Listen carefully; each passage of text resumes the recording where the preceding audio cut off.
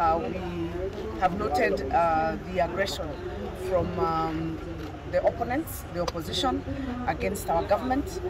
This government, we sweated very hard for it.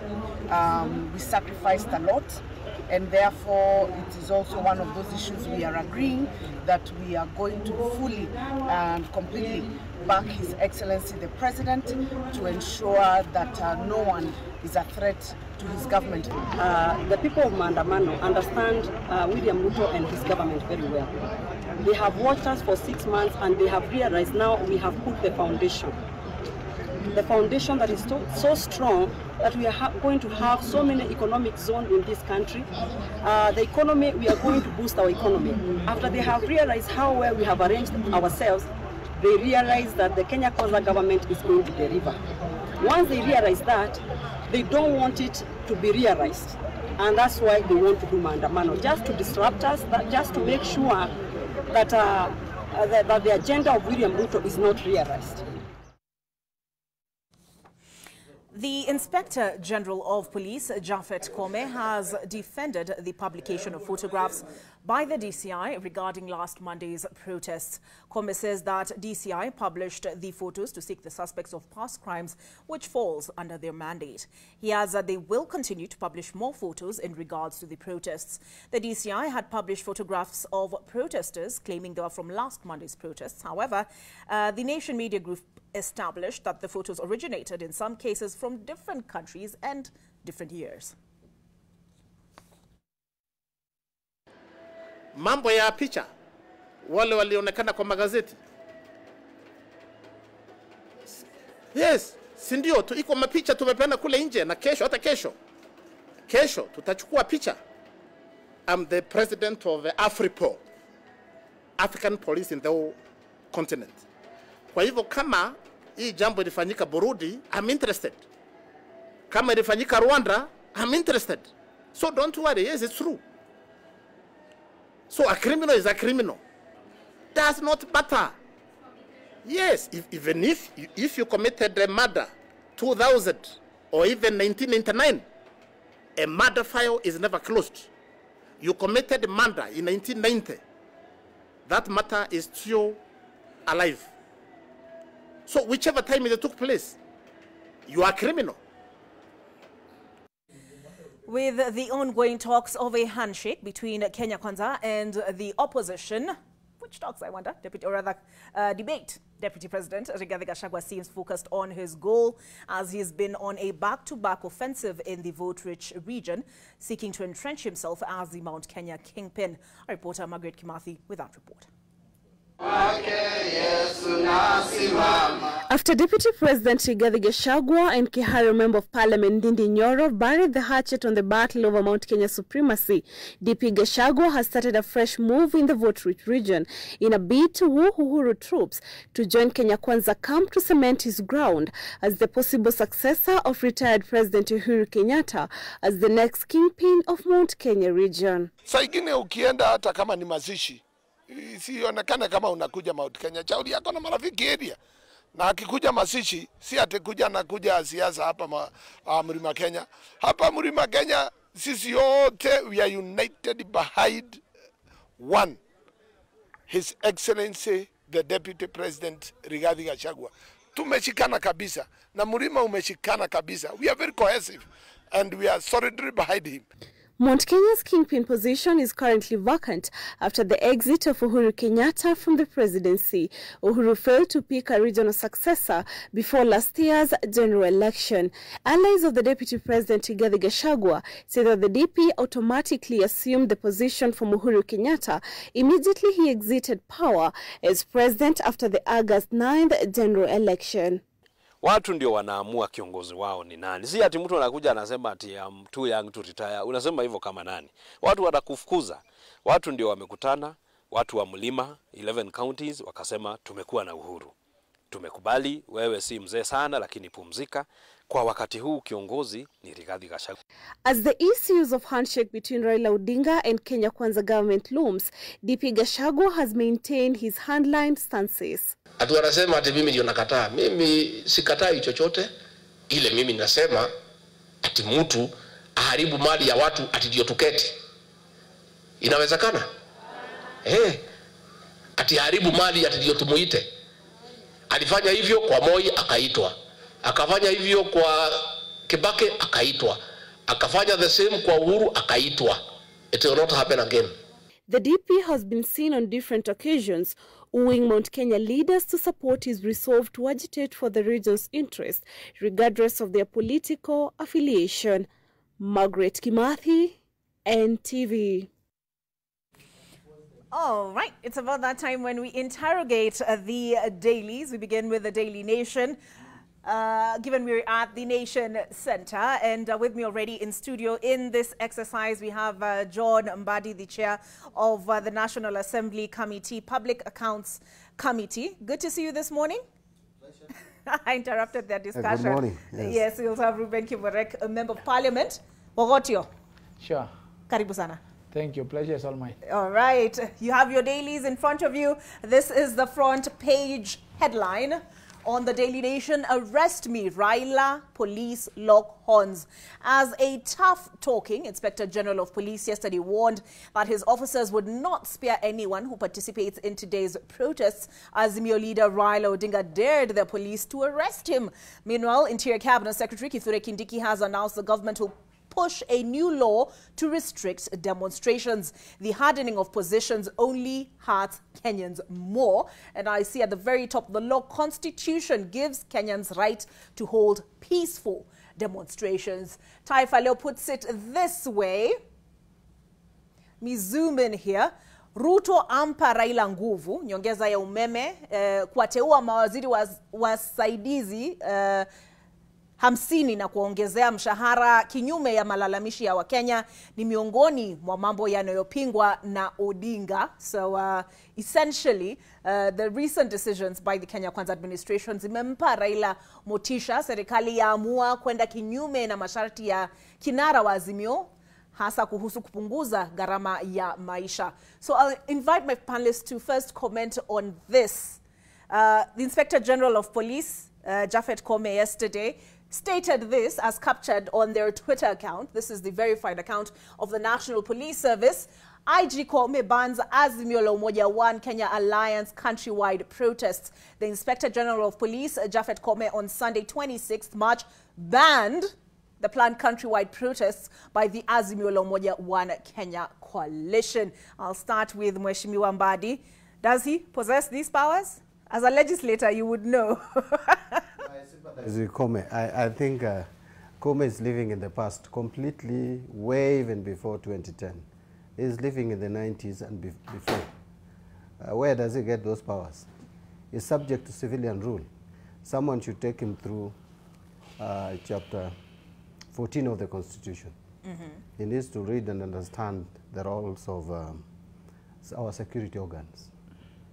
And that security organs don't even have power to legalize or illegalize exercise of freedom rights, fundamental freedoms and human rights.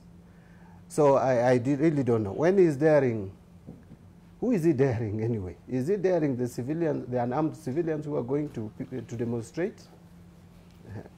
That is very interesting.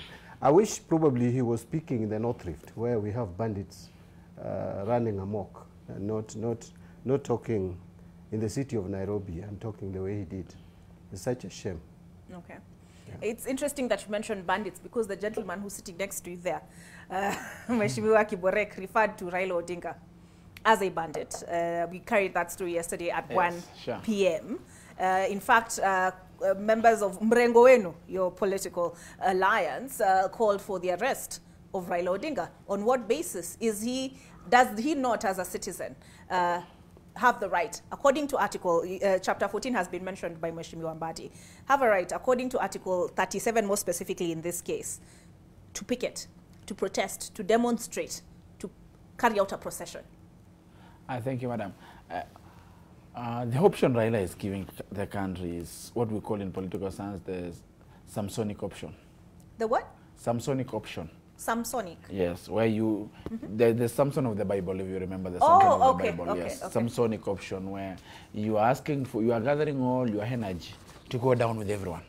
So the option we are faced here is Raila wants to gather all his energy that he has accumulated over his age to go down with the entire country. Because the demonstration, the picketing is allowed by law. Yes. It is constitutional. However, what we are seeing in Nairobi, and my brother Mbadi, who is my senior, he said peaceful demonstration, which to my case and to the case of Kenya, it's not peaceful demonstration.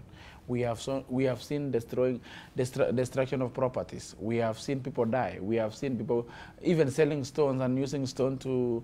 Actually, we have seen police running for their own lives. And someone should come out even and speak for police. Because in this case, in the last Monday demonstration, those people who are endangered were not the demonstrators but the police. We saw in Isili when a crowd of over 1,000 people charging towards the police. So it's and the IG is acting in his own right to protect two things. One is property, which also the president, by law, is here to protect property and lives. And if we allow what we saw on Monday to go on in the next couple of days, those business people in this town and other towns will resist. Assuming in Nairobi, today police say, okay, go and picket. And then properties are destroyed in this town. The business community will say, let's defend ourselves because the government cannot defend us. What we'll see in this town is our bloodbath. We'll see chaos, we'll see fight, we'll see, it will be anarchy, real anarchy. Okay. So, why then can, okay, this is my question to you. Yes. Instead of, because I saw the focus the last time was really on containing the protesters. So there was tear gas, there were water cannons. Should the police not focus their efforts on protecting said property? How do you protect in someone protect said property and allow these citizens of Kenya to exercise their constitutional rights? Some things are theoretical, my sister. When you say you want to protect a mob of 2,000 people coming towards the streets, yes, they have the good intention. The leaders might have the good intention.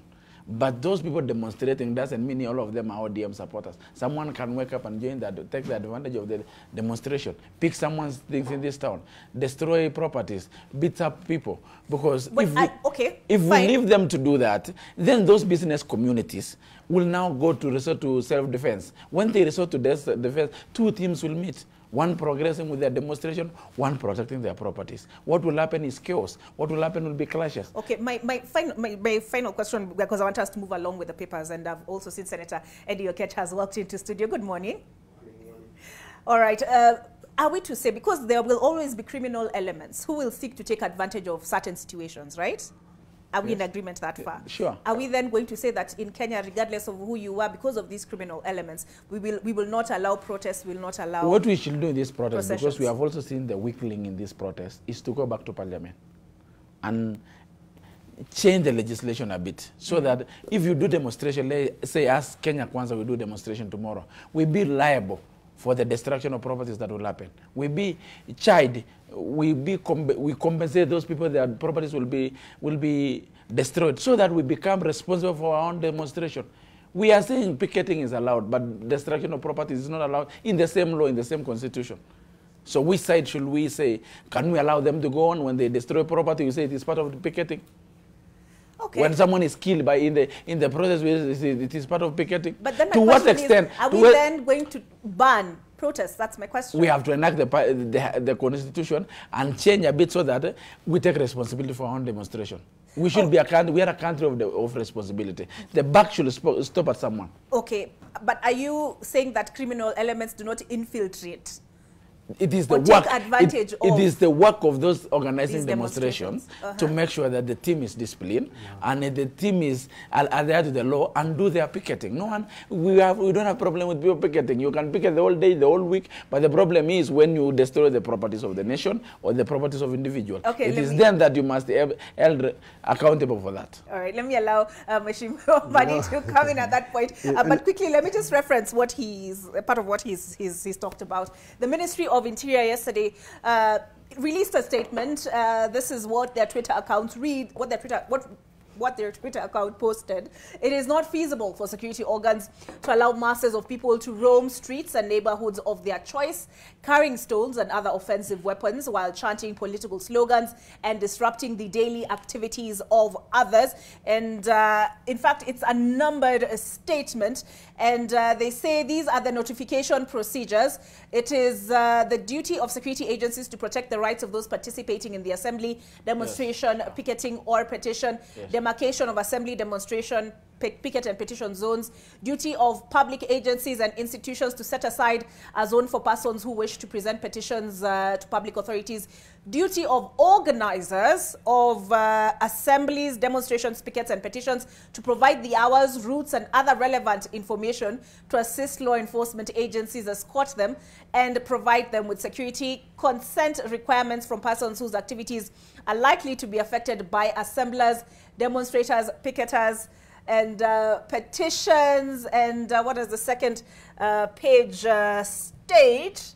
The second page of this says, in terms of notification, that it is the obligation of organizers of assemblies, demonstrations, pickets, petitions, whatever, to ensure that the activities remain peaceful, unarmed. So you're saying it's the responsibility of the organizers to ensure that the activities remain peaceful, unarmed, and generally within the law, including compliance with the duty not to infringe on the rights of others. Okay, limitations on the number of assemblers, demonstrators, picketers, and petitioners at any particular occasion, responsibility for cleanup costs, responsibility for and payment of damages to those harmed by activities of assemblers, demonstrators, picketers, or petitioners. So a lot of terms and conditions have been stipulated here, right? Article 37 of the Constitution. Given by who? Sorry? Who is that talking? This is the Ministry of Interior. Who gave them those powers? You know, in Kenya, it's very interesting. And this is a lawyer, Kindiki. The police service, security organs, are only subject to the Constitution and Parliament. You should go and read Article 238, 239 of the Constitution. He doesn't have those powers. He's a political appointee. Our security organs were depoliticized through the 2010 Constitution. They are not even supposed to act in a partisan manner. That is Article 239 of the Constitution. They are not supposed to further any political interest. They are not supposed to prejudice any political interest or cause which is constitutional. So all these people, including my friend here, Ruben, are talking in the past. That is not the Kenya of today. The Kenya of today is different. He was talking about people who are causing damage and destruction to property. Yes, it is true you should not, in exercise of your democratic rights or human rights, destroy property.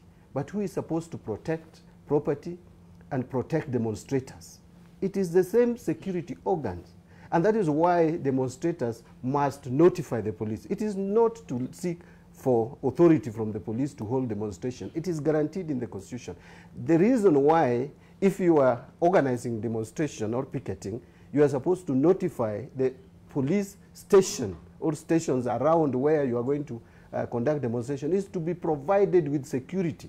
So what we would see today is Kome asking his police officers to escort demonstrators, to lead them in the streets that they have indicated they will be picketing or demonstrating in, to make sure that no criminal elements infiltrate, because we pay them with taxpayers' money. Those demonstrators are the ones who pay Kome, and the property owners are the ones who pay Kome. So he must protect the property owners, the property. He must protect people's lives. He must protect demonstrators to exercise their human rights.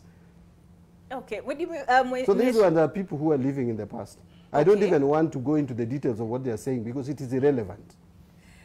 We want them to bring that to Parliament so that we make it to law, so that we get a balance between demonstrators and the property owners. By the way, you know, you came to Parliament the other day. That is what was brought to Parliament in 2014, December 18th. And that is what was pushed. We fought. It was pushed down our throat. The courts declared them unconstitutional. So bring them on again. They will be declared unconstitutional. All right, Mheshimiwa Eddie, this is the statement that Azimio gave as notice to police, right?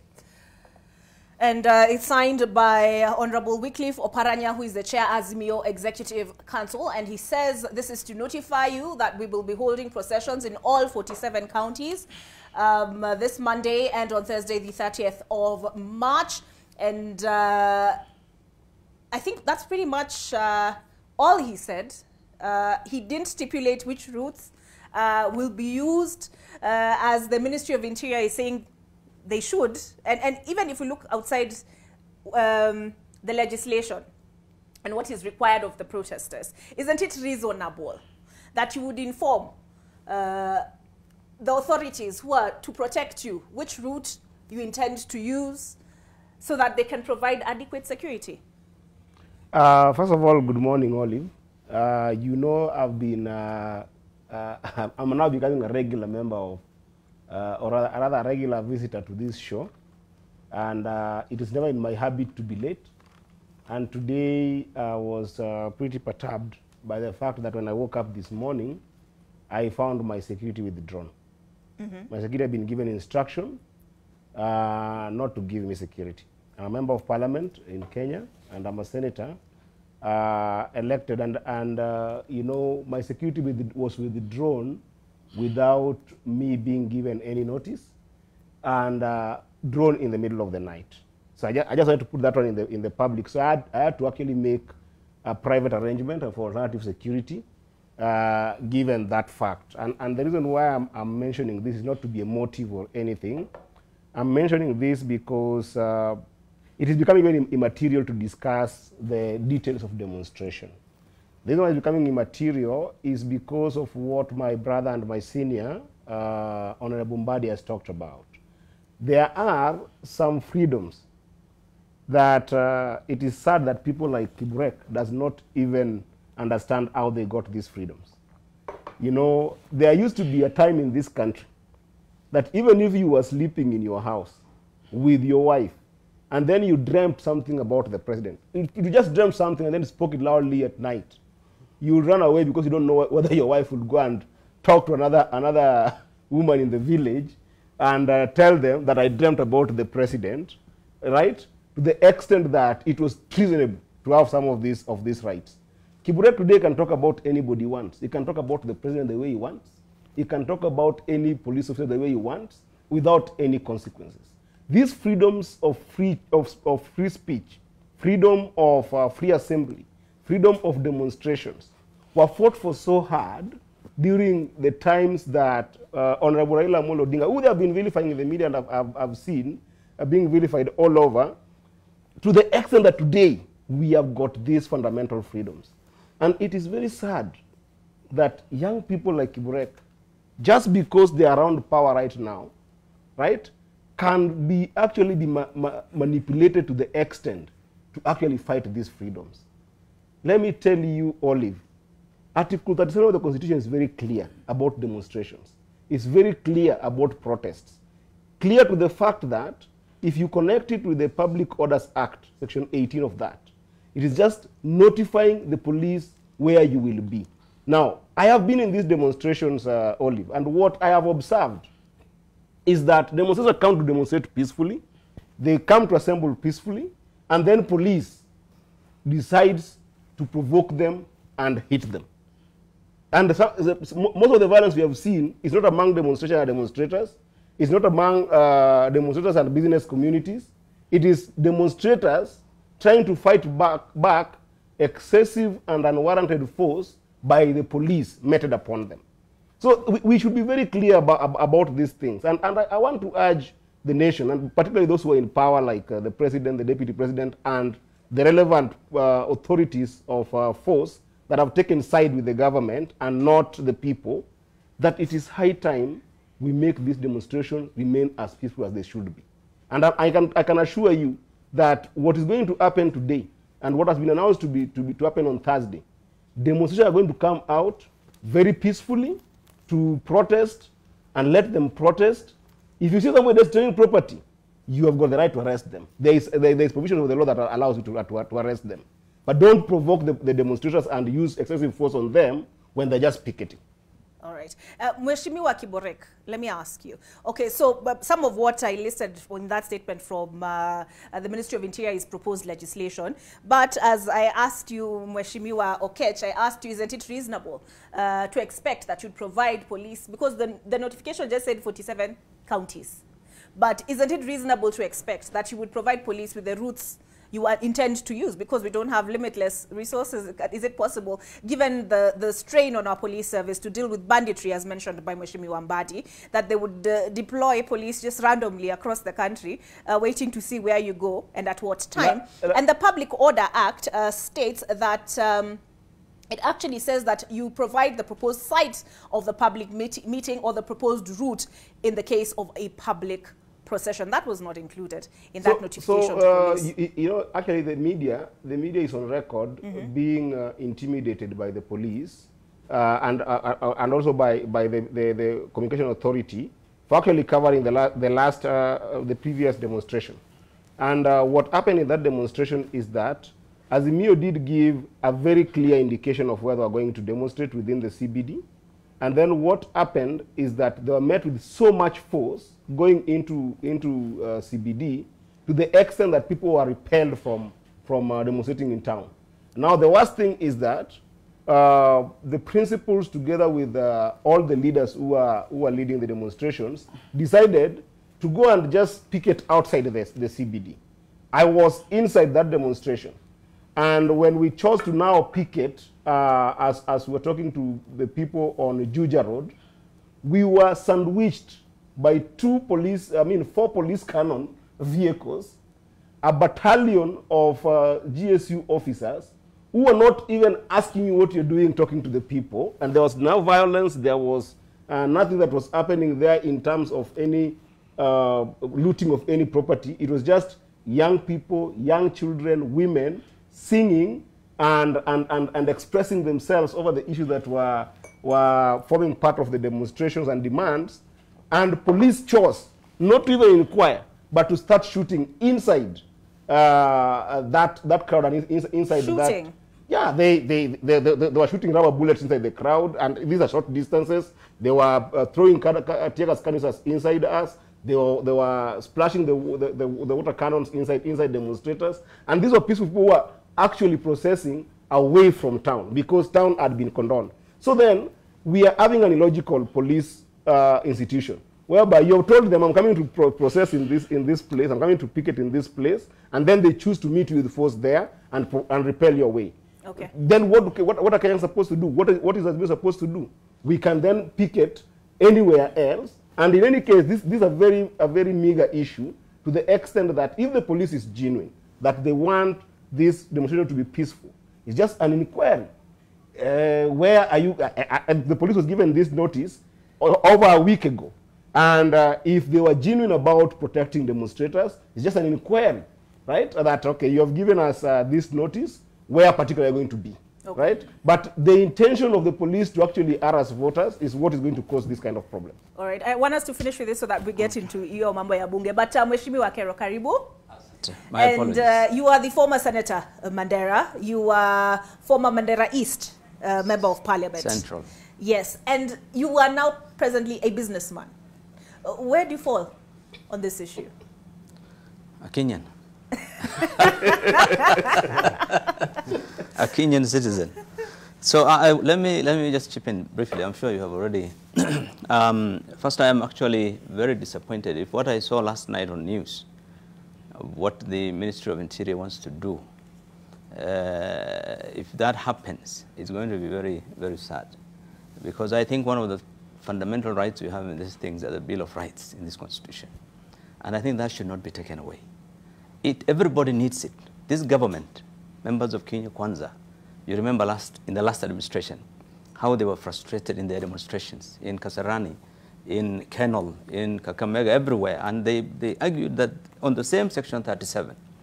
And I think it would be very unfortunate if any attempt is made to change the penal code to make it very difficult for Kenyans to protest. Because I think one of the fundamental rights we have had in this country, governments have come, they have done everything that is not right, but Kenyans have always had the opportunity to say their piece. And I think that is very important. Regarding this demonstration, I think in my view, both sides have issues. But the greatest responsibility, I think, lies with the government. Because when you declare a demonstration illegal from the outset, you said, no, there's no demonstration, and any demonstration is illegal. You cannot come around and say that demonstration was not peaceful. In the first place, you have already declared it illegal, so there's no demonstration. So you cannot again come and say it was not peaceful. I think the government needs to be careful, because you know, if these people who want to demonstrate are required to comply with the law, you tell them to apply for, you know, for notification. Give us your routes. This is how it used to be.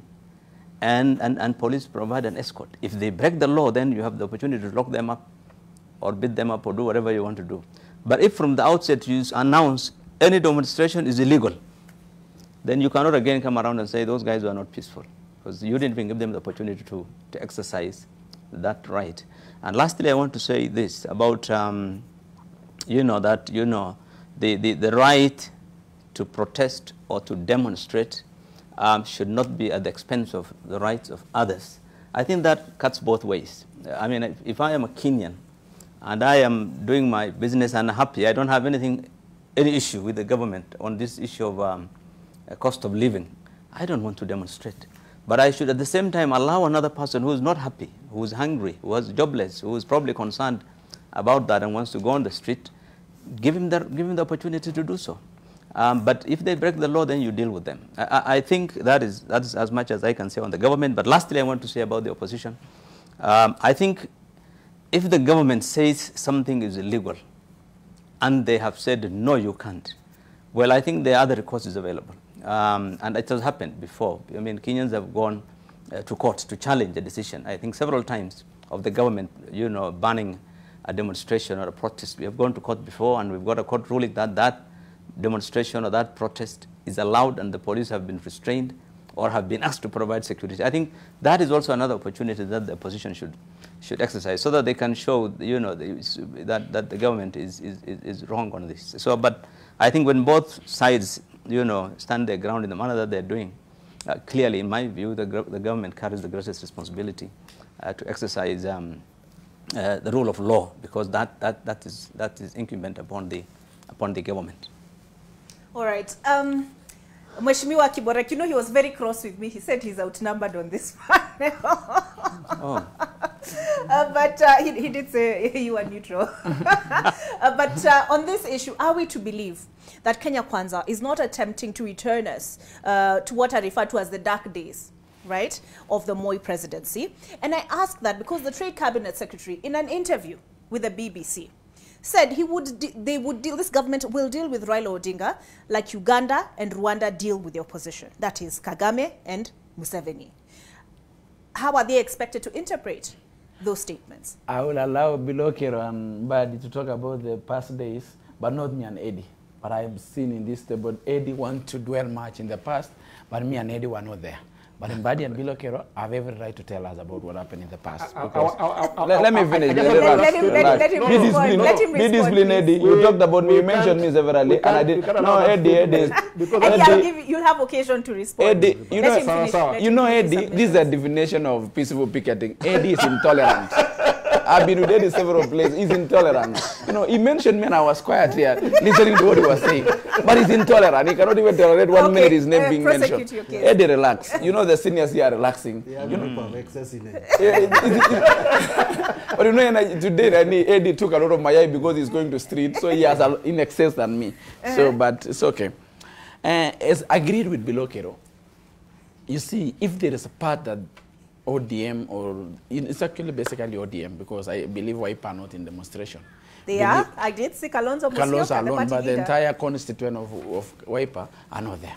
But it is you ODM can't make that conclusion. It is not there. No, I know it is not there. I don't want to mention, because if I contextualize more, it will look tribal, which is not good in TV station. Let me leave it at that, because if there's a section they feel that the police or the nation have broke, they are against the law, which there is, and they might be having their genuine reason, they should go and challenge it in court. The same court which serves them serves also the government.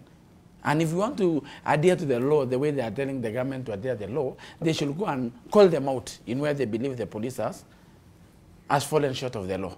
Say you broke this and this and this, and then the court will rule that on Tuesday the demonstration which you have ruled unconstitutional on Thursday is constitutional. Proceed with your demonstration. But now if we challenge that in street, you know, two wrong does not make a right. If they believe the police and the government are wrong on this, then again them going into the wrong side does not make it right. Because we'll see an anarchy in this town. Because let me tell you this, if they go and control the way they are saying, and I repeat, and then the other people who are the business community decide to go the way, same way, and they go berserk, what will happen in this nation? Would you like to see what will happen? If today the business community wake up here, they went to police station and they demanded for the same Monday to demonstrate. They were equally denied the chance to demonstrate. They wanted to demonstrate the same Monday. They went in thousands, about 5,000, went to Central Police Station, asked for permit to demonstrate. The police, the OCS of Central told them, no, I will not give you the date because you know, it is less than 72 hours of notification. Will not give you the date to demonstrate. Assuming they were given the date by law, and then the other Azimio demonstrators were given the same date, and they meet in street. What will happen to this nation? Number two, police, these are cases where myself, I saw police being charged on. I saw 6 policemen running in Isili. When Kennedy was approaching the police and they wanted to chew them, the police ran, which is something commendable of our police because they had bullets and they had guns, they could have shot, but they ran. In such cases where the police are being attacked, what should happen? Who should speak for police? You keep bringing up what happens if these businessmen, yes, business community decides to also come out. Yes. Because hakuna mtu amebeba mtoto kwa mgongo. All of them can be equally have the same energy, like me and Eddie. You know, we have elders here, below Kira and Badi, who can restrict people not to do that. But at my age, we can choose to meet in the street. What will happen? Good question. What will happen? And there are certain statements that have been made. Raila Odinga tweeted something about regarding the deputy president regarding Ashagwa, Kimani Ichung'wah and Ndindi Nyoro. And the reason I even bring it up is because he was responded to. Kimani Ichung'wah responded to him, as well as the DP. And should we be concerned? Is there a basis for us to be worried about these allegations? But first, I want to hear from... No, that's allegation. We are going for a break. That's allegation because it's a We'll come back with this. And then we can transition into Mambo ya Bunge. But Ngina Kirori, it is my understanding you're in the Central Business District. And as I mentioned at the start when I was coming to work, there was a heavy police presence. What do things look like now? Yes, indeed, Olive. I am here at Kamkunji area along Haile Selassie Avenue in downtown Nairobi, and there is heavy police presence that's starting to build up right here. If my colleague Geoffrey Nyongesa can just pan, there is a police lorry here with some police officers, you know, bearing some of their shields and their batons and some of their protective gear. We've also noticed a bit at the upper part of town rather. There is also police presence that's slowly but surely building up. This is in response to what the Inspector General of Police, Japhet Kome, had yesterday said about building up more police presence. In his exact words, he said that the police have been too lenient, and he said that some of the issues such as the violence that occurred, some of the looting that occurred is something that will not be tolerated during this Monday's protests, and had actually said that his office will not allow the protests to go on based on what happened during last week's protests. At the corner as well, just at the elbow of this particular junction, we can also see there are more police there just stationed, you know, also looking out for what's going to happen. Along the way when we're coming, we also saw a number of people who are on foot running to their workplaces because, I guess, because of the police presence or one or two other reasons, or trying not to delay. And also what we've also noticed is some of the businesses, if my colleague Geoffrey Nyongesa can also pan to this other side, typically on this road businesses would be up and running as early as around 7 a.m. But as of right now, we can see that there are very few businesses here that are open at the moment. Some of them are scattered around, you know, trying to get intel about whether it is safe to open, because as I said, the looting that happened last week brought in a number of issues that happened. We also know that the Interior CS, Professor Kithure Kindiki, had talked about looking at different ways of picketing, because under Article 37 of the Constitution, it is everyone's right to protest. But he said yesterday in a statement that they are looking at ways to ensure that picketing is done without, you know, the violence or issues like that. There we have a couple of people still going about their business as well. But that's what this The situation is looking like Olive will keep looking out for what's happening within the CBD, just as we did last time. But I must say, it's mimicking how last Monday looked. There was a lot of peace involved within the morning hours, and then before we knew it, at 11 a.m., things had started to go left. But we will keep our eyes and ears on the ground as of now and keep on circling within Nairobi CBD to see what else is happening here, especially in regards to the police presence and any other crimes that may take place. Back to you in studio, Olive. Thank you. Gina tells us that last Monday around 11 a.m. is when things started to go left. We take a break. When we come back, we get into Mambo Bunge, because that is actually what brought my panelists to studio this morning. Privatization bill, deployment of KDF without parliamentary approval. And the CAS's appointment without vetting, has Parliament ceded its power to the executive. On the other side.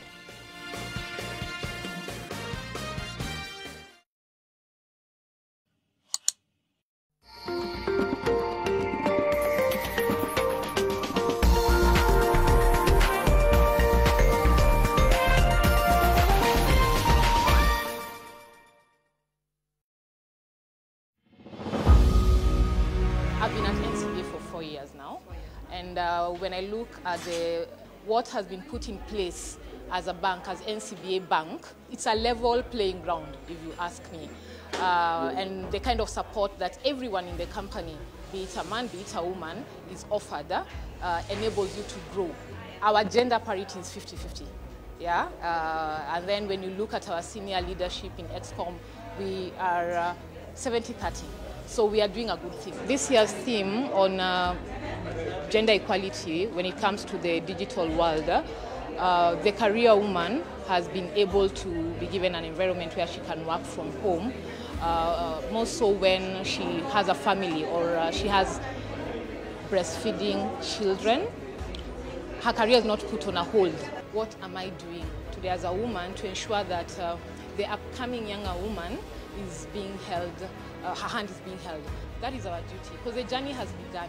So where do we fit in to ensure that the journey continues and we enhance equity in the organizations that we are in?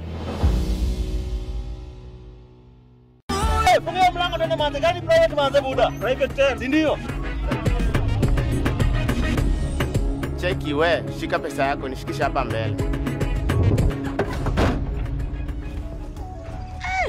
Yani, ulikuwa unanitia do? Uwezaje nipatia pesa fake? Sasa basi, unajua ndio ilikuwa imbo.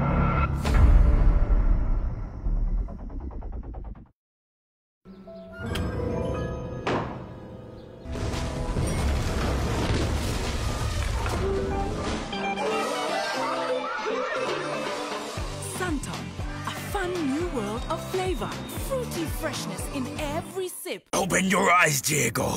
What more can you expect from a girl like her if her mother is a drug trafficker? Why don't you just You stay out of this! You just won the lottery for having seen me. Why do you say that? Because I'm going to pay for your silence. How much is it? How dare you do such a thing? How much? Think about all the things you're going to be able to get. Clothes, perfumes, luxuries that you can't give yourself. Now tell me, when did you touch the drug packages to get your fingerprints on them? Because you never did it in front of me? I didn't.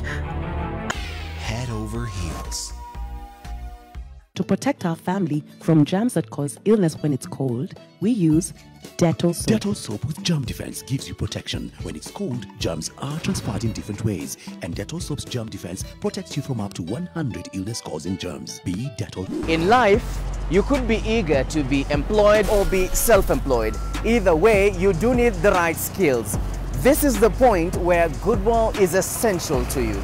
Goodwall is a professional social media platform that offers you earning and learning opportunities. It offers you great chances to grow in your career, learn new skills, showcase your existing skills, network with like-minded people, or get job opportunities. Nation Media Group, in partnership with Goodwall, aim at providing solutions to unemployed African youth, creating digital content that inspires young people to stretch themselves and get the right skills that are useful to employers and their peers. So, how can you be part of this? Every month, we'll give you a chance to win $150 through our monthly challenge. Anyone can participate. Just look out for the challenges on NTV Kenya's social media platforms. Join the challenge now.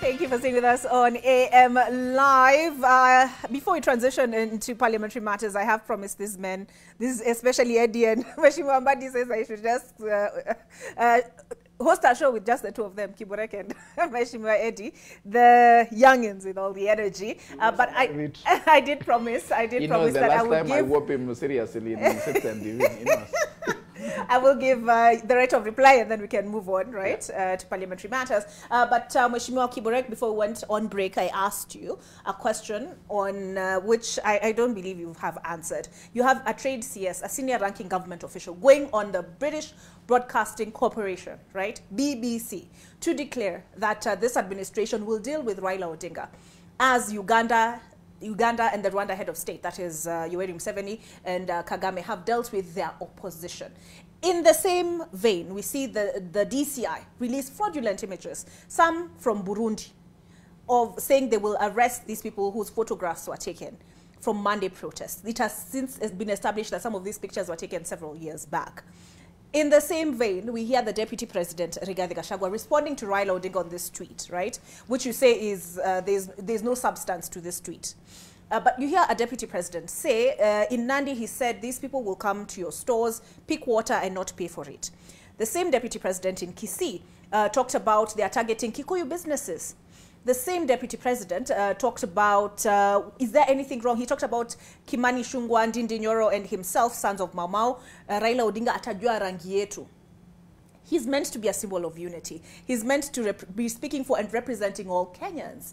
So when he speaks like that, is he not pitting one community against the other? Deputy President is the Deputy President of the Republic of Kenya, but he's the party leader of UDA. And if we have to have a horizontal conversation with Raila, Raila cannot have a horizontal conversation with the president. If we have to have a horizontal conversation, it has to be ODM versus UDA. That's where we meet. And if Gachagua was speaking like that, Echi was speaking like that, he was responding as the team leader of UDA voting base, which I fall there, and many others do so, including the business community. And he was responding to that wild letter written by Raila Odinga. The letter has no basis, just as a way of mobilizing for demonstration, chose to write a letter that people are planning to orchestrate chaos and mayhem, which is not there. But he read the mood that the mood is building up. He read the of mood. Resistance, the mood of the business people and the business community and the people. Because he did ask what is wrong if they come out and defend their property. Yes, so I'm saying, before writing that letter, Raila Odinga must have read the mood that the resistance might come anytime soon. So he chose to attach this. Who read the mood? Raila Odinga, that this business community might resist. Or those people of different political persuasion from his might resist. So he chose to attach this mood to certain individual, who is Rigathi Gachagua, Ndindi Nyoro, and Kimani Ichung'wah, because he knew if it happens, let me attach them so that they take responsibility. But to me, it is a wild allegation. It lacks basis. It stops there. It's like asking William Ruto to open the servers, and he's not IBC. He's also a subject of IBC, like Raila Odinga and myself and Mbadi and Akechi, all of us. I was voted in Mogotio, I got my votes, but I don't have the server. If you ask me today to give you the servers of my election, I don't have, IBC does. So that should have been attached to IBC. So it's the same allegation that it meant to incite the ground and charge the people, which is not here or there. Okay, so you're saying Mheshimiwa Eddie akitokea leo kwenda maandamano, yes, he has nothing to worry about? He has, in terms of the side of government and planning, he has nothing to worry. But in case naturally people decide to deal with him, he will deal with those people those people will deal with him as AD, and those people will deal with him, because if he chose to do a demonstration which is not peaceful, if he goes for peaceful demonstration, picketing, no one will have problem with him. But if he goes and destroy properties and the owner of the property decide to deal with him, there's two cases of two people making wrong. His security has been withdrawn. Do you want the police to go and demonstrate? No, his security. No, he's going to demonstration today from here. Listen, Eddie is going to demonstration right now, and the police have said the demonstration is unlawful. They have, you know, they could challenge that demonstration through the court that it should be lawful. You're saying Eddie should not read any ill motive in some of these statements that have been made and actions that have been taken. There's no ill motive. Eddie, wrap up this one. I think you have given Kiburek so much time, and I'm fine with it because he was a crying baby that is alone. But in giving him so much time, he has also done so many messes. You know, when you start by saying you're a young person, you cannot connect with your past, that is intellectual laziness. Intellectual laziness because this country is not a country that has been created today. And it is very serious that we as young leaders who are coming must learn our history so that we connect the problems in the past and the achievements we have made today so that we can create more gains in the future. Today, Olive, when you look at a position like the deputy president, Kiburek perhaps need to understand that it used to be called a vice president. The vice president used to work at the discretion of the president, to the extent that you could be invited on the table at sometimes at the will of the president and dismissed at the time the president won. Why was that possible? Because the president had got so much power at that time that they could do anything with the police, they could manipulate parliament, even budget was being made right from the Ministry of Finance. And these things were taken, and I know you're going to discuss this further when you're talking about the power of parliament. Kenya has made so much stride, courtesy of our elders like Bill Okero, courtesy of our elders like Mbadi, but more importantly, courtesy of Raila Amolo Odinga. I saw, a number of governors speaking and trying to vilify Raila as this demon, and unfortunately there were women governors who were in the same party that the gentleman you have talked about, Kuria, had gathered them somewhere, and then they're sitting as governors, vilifying Raila Amolo Odinga, whose history Kiburek doesn't want me to go to, and we know very well that devolution, which now has created 47 is and her excellencies in all these counties, getting an average of 8 billion, of course together with other people, right? But Raila was leading this. Only these leaders who are now getting an average of devolved monies of over 8 billion, 10 billion, today want to stand and say that Raila is a demon.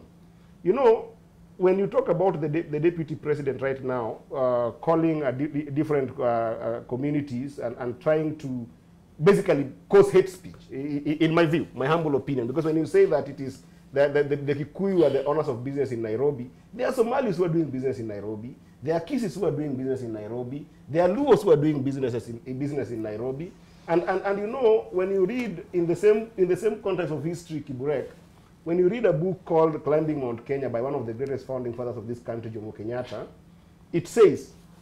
Kenyatta says that responsibility of nation building will be given to reliable custodians. I want the deputy president to ask himself, are you reliable when in the middle of hunger, in the middle of all these confrontations, you start balkanizing communities, and then you start tribalizing demonstrations. You start saying that it is Kikuyus who are doing businesses, and it is the Luos. Because I saw him in a very pronounced way in Migori saying that the Luo community is the one that is leading this chant and is the one that is frustrating the nation, and the stone throwers and the intellectuals who are being misused by a certain individual. I mean, we must stop this rhetoric, because if we go back to tribalizing every single province in this country, we are setting the country into a civil strife. And that civil strife is very dangerous for our country, and especially when it comes to somebody who has been given the ultimate donation of power by the people of Kenya and is being paid by taxpayers to be able to build a nation. It is so wrong, and Kiburek should not support something like that. All right, just before you leave here, yes? Just before you leave, we are not discussing the merits of the protests. Yes. I think that one we don't all agree. I mean, I don't agree that we should be talking about servers and IBCs and those things. About cost of food and those things are okay. But the merit is not the issue. The issue is about the process of protest. Whether by law they are allowed, they should have been given permission, and then if they are not peaceful, you hold them to account. Yep. But I think in a situation where they have been banned outright, then you cannot again come around and say so. But the one I want to comment is that if there is another group, for example, businessmen want to protest, the law provides that they also write to the police asking for permission. If the date they ask for and the time and place is exactly the same as the previous group, then I think you don't allow. That's the law. You tell them, sorry, that venue has been booked, that time has been booked, you cannot have a protest on that date and on that time and that place. That's the law. But when you see one group already applied for it and then you're telling them, sorry, there's another group also which wants, so I have cancelled. It's clearly that an attempt to try and deny the other one. But I think the government knows. And, you know, we've been in this country long enough to know some of these things are sometimes organized by state. Especially when you hear businessmen. It happened when the IBC protests, you remember, a few years ago. Yes. The government did organize the same thing. You know, businessmen were protesting, and it's always known that this is organized to a large extent by the state. But I think it's not the right thing to do. I think the right thing is let's follow the law, because if there is no rule of law, which the president has repeated so many times that he wants to be judged by the rule of law, if there is no rule of law, this country will go to anarchy. Okay. And I think government should not give people that opportunity, because if people must look at the government and see if they are complying with the law, people comply with the law. When the government doesn't, then I think it gives people opportunity to also break the law. Okay. All right, let's now transition into Mambo ya Bunge proper. We have in studio the chair of the Public Accounts Committee of the National Assembly. We also have the former Senate, you chaired the Senate Finance Committee as well. So first of all, I'm curious. I want to get your thoughts on the privatization bill, which went through public participation. And then Cabinet gave it the green light. MPs, my reading of this privatization bill, and I stand to be corrected, is that MPs do not have the final word on which public entities will be privatized. Is that an affront, in your view, Mheshimiwa Mbadi, to the power of Parliament? You know, I don't know how much time I have to execute this. Olive, first of all, I think we need to understand that the power is with the people in this country. And we have different types of power which have been delegated by the people to various organs. We have the judicial power, which is delegated to the judiciary. If you read chapter 10 of the Constitution, you'll see how that is delegated, exercised by the courts and tribunals. Then we have the legislative power, which is not only given to legislative arms, but even devolved.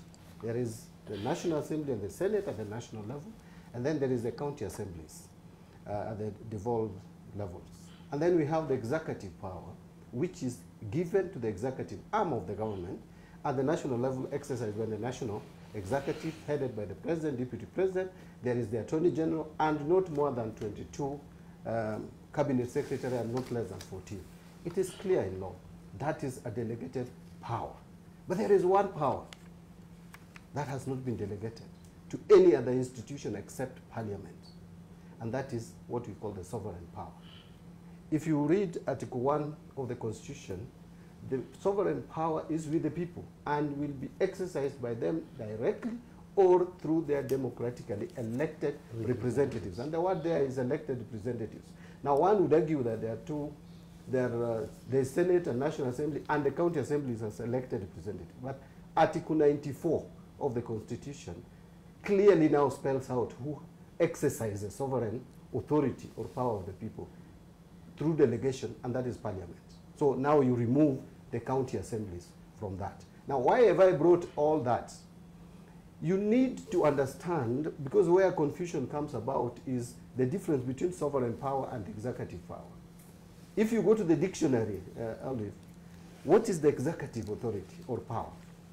It is the power to plan and put into action.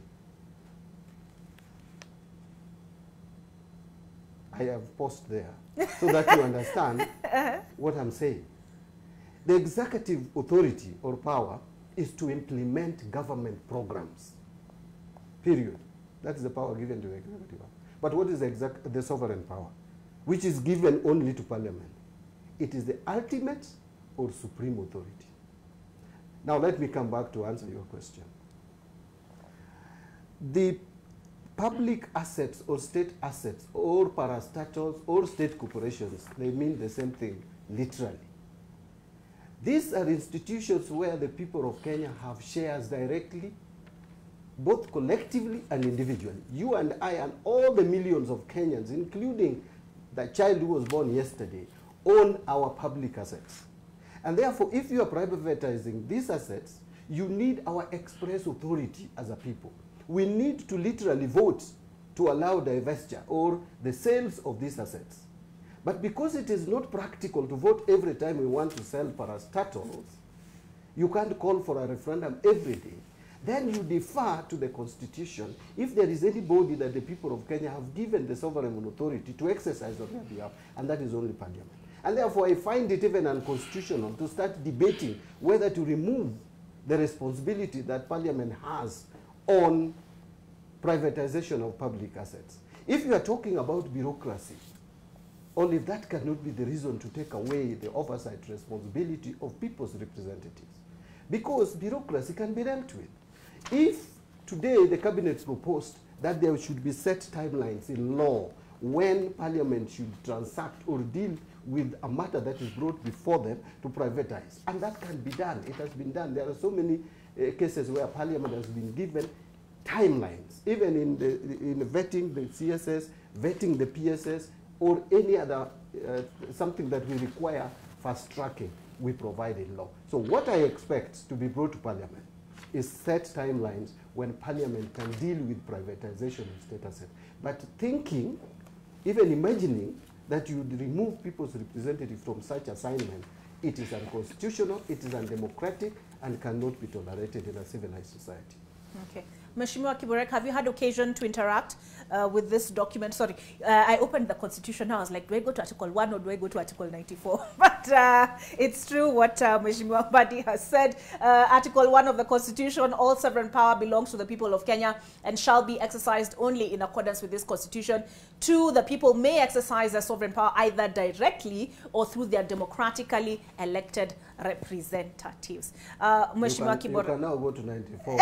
I'll scroll yes. up, but I'll also I've pulled up the privatization bill as well. Mheshimiwa Kiborek, have you had an occasion to interact with this bill? What are your thoughts? The current Privatization Act of 2005, which we are using at the moment, need to be reviewed. However, Parliament must play its role.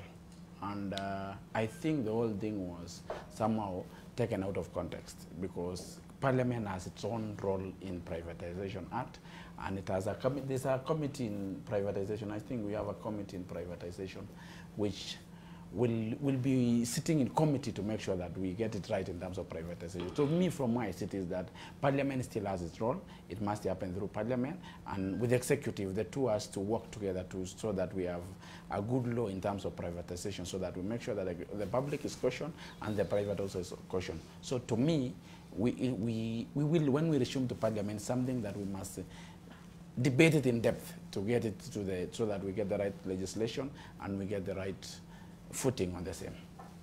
Okay. Yes. The role of Parliament in my reading is that is in the creation, I believe, of actually the Cabinet Secretary has most say in appointment to the Privatization Board, and then at the end of the year a report is submitted to Parliament. But should Parliament be actively involved in voting, as it were, in having a say on which public entities? I know there's a privatization schedule which is submitted by the Privatization Commission, but shouldn't Parliament have a say, the last word, and okay, either say yes, this is okay, or this is not, because as Mheshimiwa Mbadi pointed out, they speak for the people.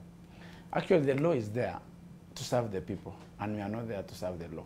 If we see that there's an act of law which hinder the process of developing this country, we will repeal it through Parliament, we'll change it through Parliament, we'll make sure that we work in a manner that it enhances the growth of this nation. Our democracy is borrowed from US. And from UK, I mean, as a country, we borrowed our governance system from UK.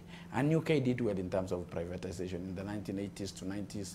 They did well, they did exceptionally well. So we need to review to make sure that we have our footing as parliament so that we get it right with the executive, so that we, through the committee of privatization, which you have in parliament, we interact with the privatization council so that they bring to the floor of the house the right law. Mheshimiwa Kiborek, to be honest, you have said a lot, but I'm struggling to pick out, do you support or do you not support?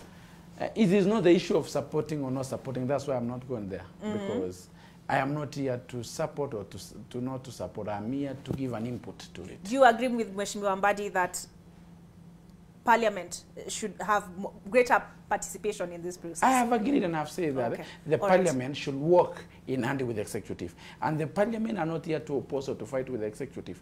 We are here to make this country a better nation. So through the privatization committee in Parliament, they should bring on board the government so that we're able to interact with the government and tell them that the role of Parliament must happen and must be respected and must take its course. All right, Mheshimiwa Okech, have you had occasion to interrogate this document?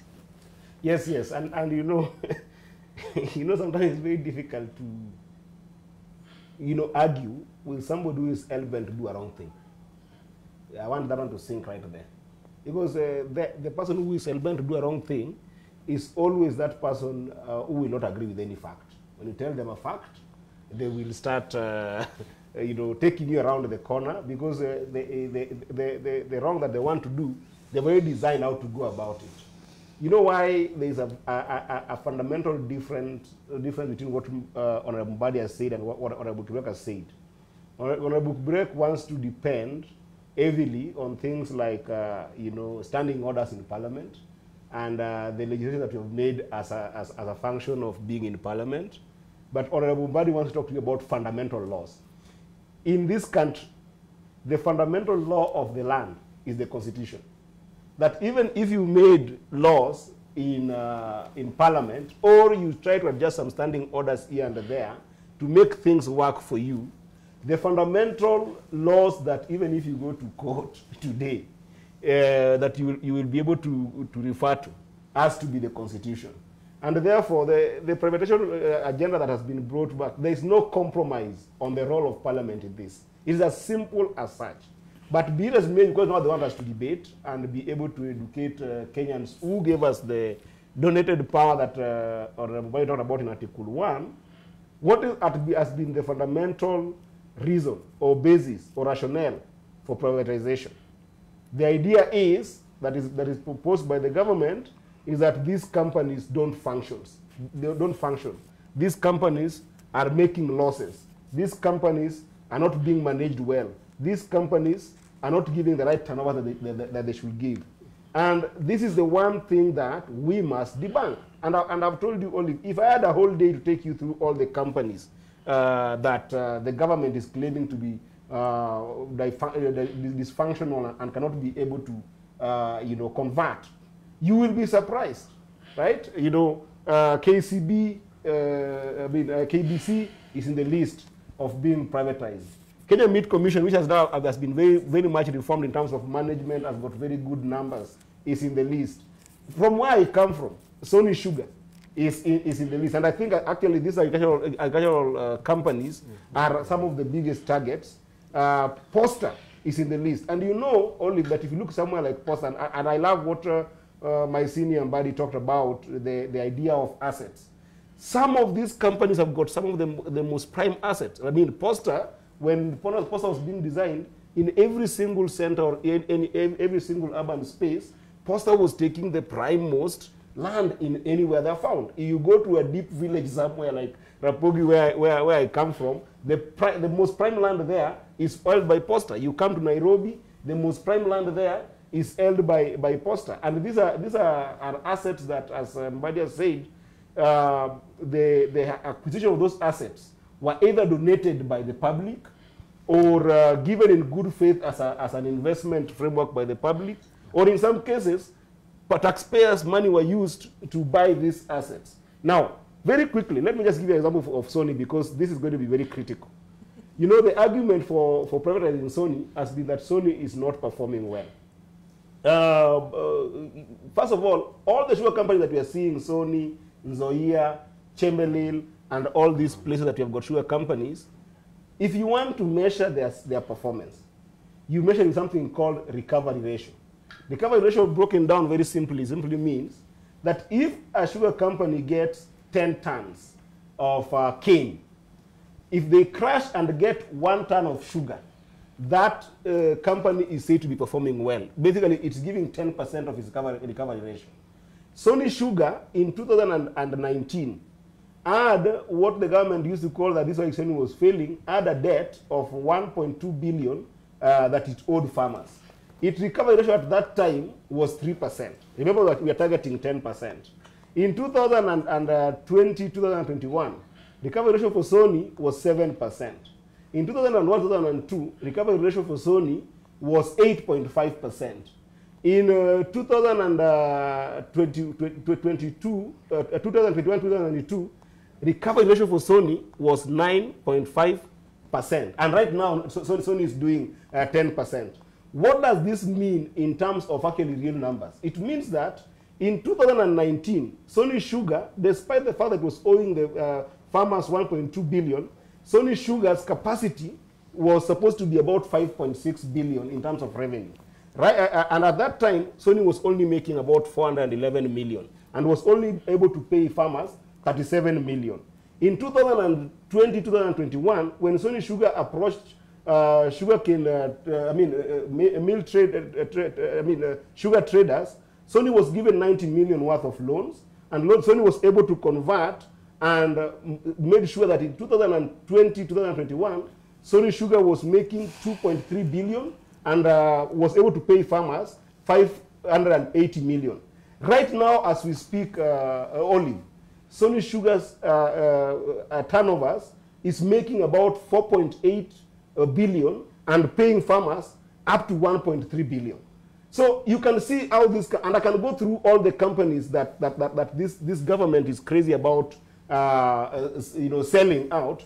And I cautioned here before even this bill came. And I remember, Oliver, was discussing with you here when we were with Kina Martin Olo here and Gerald Gay, that this government is hell-bent to be able to actually convert state companies and then give people like Kina Kiburek shares in these companies. Some MPs that they are now buying from quarters in opposition shares in these companies against the will of the people. And this kind of bribery, like you use any kind of means to be able to, buy MPs and kill parliament. We know that 30 Jubilee MPs have been compromised by the state. We know that a number of a few ODM MPs were compromised by the state. It is just wrong, and you cannot kill parliament because this is the fundamental oversight and check system against the executive. All right, Mheshimiwa Akera, I'm looking at the bill here. Yeah. And this is what it says. This is should be section 24, from section 24 of this, no, section 25, the privatization proposal, where an entity has been identified for privatization under this act, the authority shall prepare a privatization proposal on the entity. Thereafter, once the proposal has been prepared by the authority upon preparation of a privatization proposal. Now this is 26. Under section 25, the proposal shall be approved by the board with the concurrence of the cabinet secretary. And then upon approval of a privatization proposal under section 26, the determined and approved method of privatization shall be effected in the manner specified in the second schedule. So I won't get into the second schedule. But even when I look at the composition of the board, as is the nature with most boards, primarily it's the executive that has a say on who sits on that board. In that process, should Parliament be involved? Okay. I've gone through the bill. Let me say this. And let me start from the point of the merits of the private. I don't think there's any. I don't agree that the issue of the merits of what is to be private. I think this is important that we privatize most of these things because most of our state corporations have not been performing well, and government is running everything from taxis to selling alcohol to you know, running clubs, you know, to everything. I think it's time the government really, it cannot do business. Let the government sell some of these things. I think that one, the merit is not the issue here. Number two, I think I agree with Mbadi on the issue of Article 10 of our Constitution, on the values, which are very clear. And this bill talks about, I've gone through it, it talks about, it starts with the Article 10, the national values and goals. But apparently those values and goals talk about transparency. It talks about accountability. And there's no institution that has been vested with the power of transparency, ensuring transparency and accountability than a watchdog institution like Parliament. That's their role, that's oversight. But I also don't believe that anyone can remove the power of Parliament, really, in the way Badia said. I don't think. You can avoid to mention Parliament, but under Article, you know, 125, Parliament can summon anyone and can examine anything at any time they want. You know, I mean, there's nothing that stops Parliament. In the same way, nothing stops a Kenyan.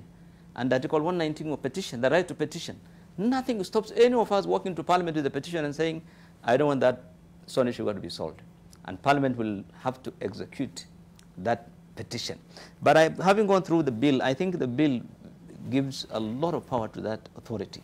Just like what we have said in number 25, it gives the board the authority, the power to make the proposals, at the same time the power to approve the same proposals. You know, the board is not vetted. They have the power to invest the funds wherever they want after they sell. And, you know, everything is the board and the CS. And I think that is too much of a power. And the bill also attempts to, you know, define, say that this is not a money bill under Article 114, but clearly it is under Article 114C. It's a money bill because Article 114C talks about investments. The moment you talk about investment, it's power bill, it's money bill. So when you say Parliament should approve 10,000 shillings for tea, in a budget of 10,000 shillings for tea, Parliament has to approve, and you provide for it in PFM Act. But when Parliament is dealing with selling an asset worth hundreds of, or tens of billions, you know, you don't make a provision for Parliament to have any role. Then I think that clearly is not right. And I think this is a proposed bill. It has not become law. It's up to the members of Parliament. If members of Parliament decide in their wisdom that they don't want to change this bill, and they want to give all the power to the executive, then I think it would be unfortunate. But even if they do, I am certain that any time along this process, Parliament as an institution still has powers to examine these transactions and stop it dead in its tracks. But, you know, so I think it's all, you know, it's up to the members of Parliament if they want to. And I think, unfortunately, you know, Badi is my friend, but I want to say the last two parliaments particularly have actually ceded their role to the executive. I have said this many times that Parliament has become an appendage of the executive, the last parliament particularly. And I think this parliament actually, this one particularly, this one should define itself very clearly. Because if it does, then, you know, they will blame themselves when, you know, a few years down the road. And we have seen it in the question of debt. Yes. When they allowed Parliament to have all, executive to have all the debts in the Uhuru administration.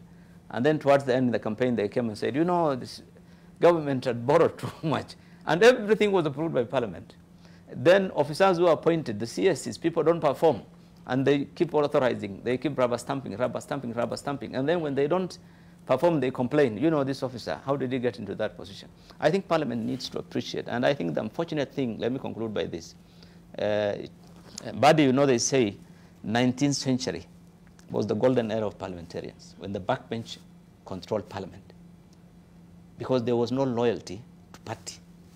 But since this party loyalty thing came up, you know, disciplining members of Parliament if you don't toe the line, then Parliament lost its oversight mandate, because then you are just being told, if you don't do this, you know, we are being called to State House, we are being called to Orange House, we are being called to this house, you must do this. This is what the party leader wants. If you don't do it, then you get into trouble. You lose your positions. And we have seen it in the last parliament, how people got fired. So I think this is unfortunately what the parliament has made itself. It has made itself an appendage, a rubber stamp of the executive. And this parliament should not allow themselves to become like the last parliament, unfortunately. All right. I'll give Mheshimiwa Mbadi occasion to respond on the other side of this break. So you have something to stick around for. I want to just to add something about what you said, but it's okay. Yeah, but let's take a break. We'll come back. Yeah, it was just seamless.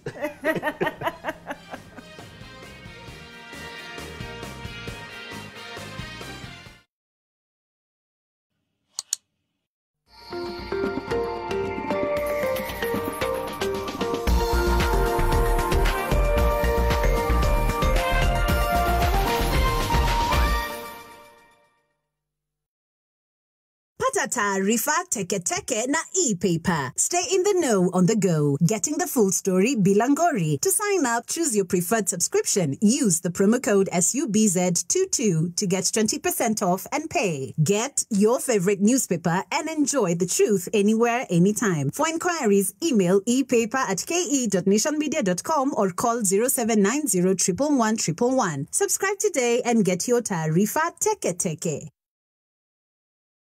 With Glovo, you have the city in your hands. Unatamani chakula different? Order Glovo ujaribu restaurant mpya. Diapers zimeisha? Order Glovo and save the day. Download the app and order anything you want. At Safaricom Foundation, we partner with communities across all 47 counties by advancing education, by enhancing healthcare, by supporting economic opportunities. Because when we unite, there's nothing we can't do.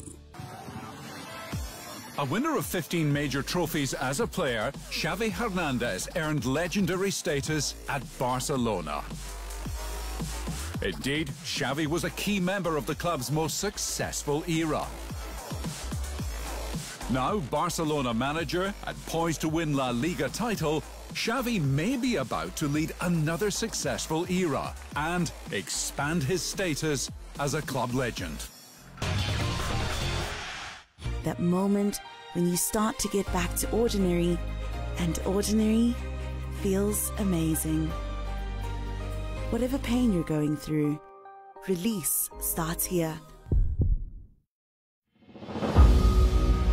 It's been quite a journey from starting from the SME space and navigating my way into the corporate sector. As a woman, I've had instances where I have to compete with men, so I have to have double the information, double the preparation, double the quality of information that I give to customers, because at first they look at you and the customers, there's the stereotyping, whether can you really serve them, can you give them the solutions they're looking for.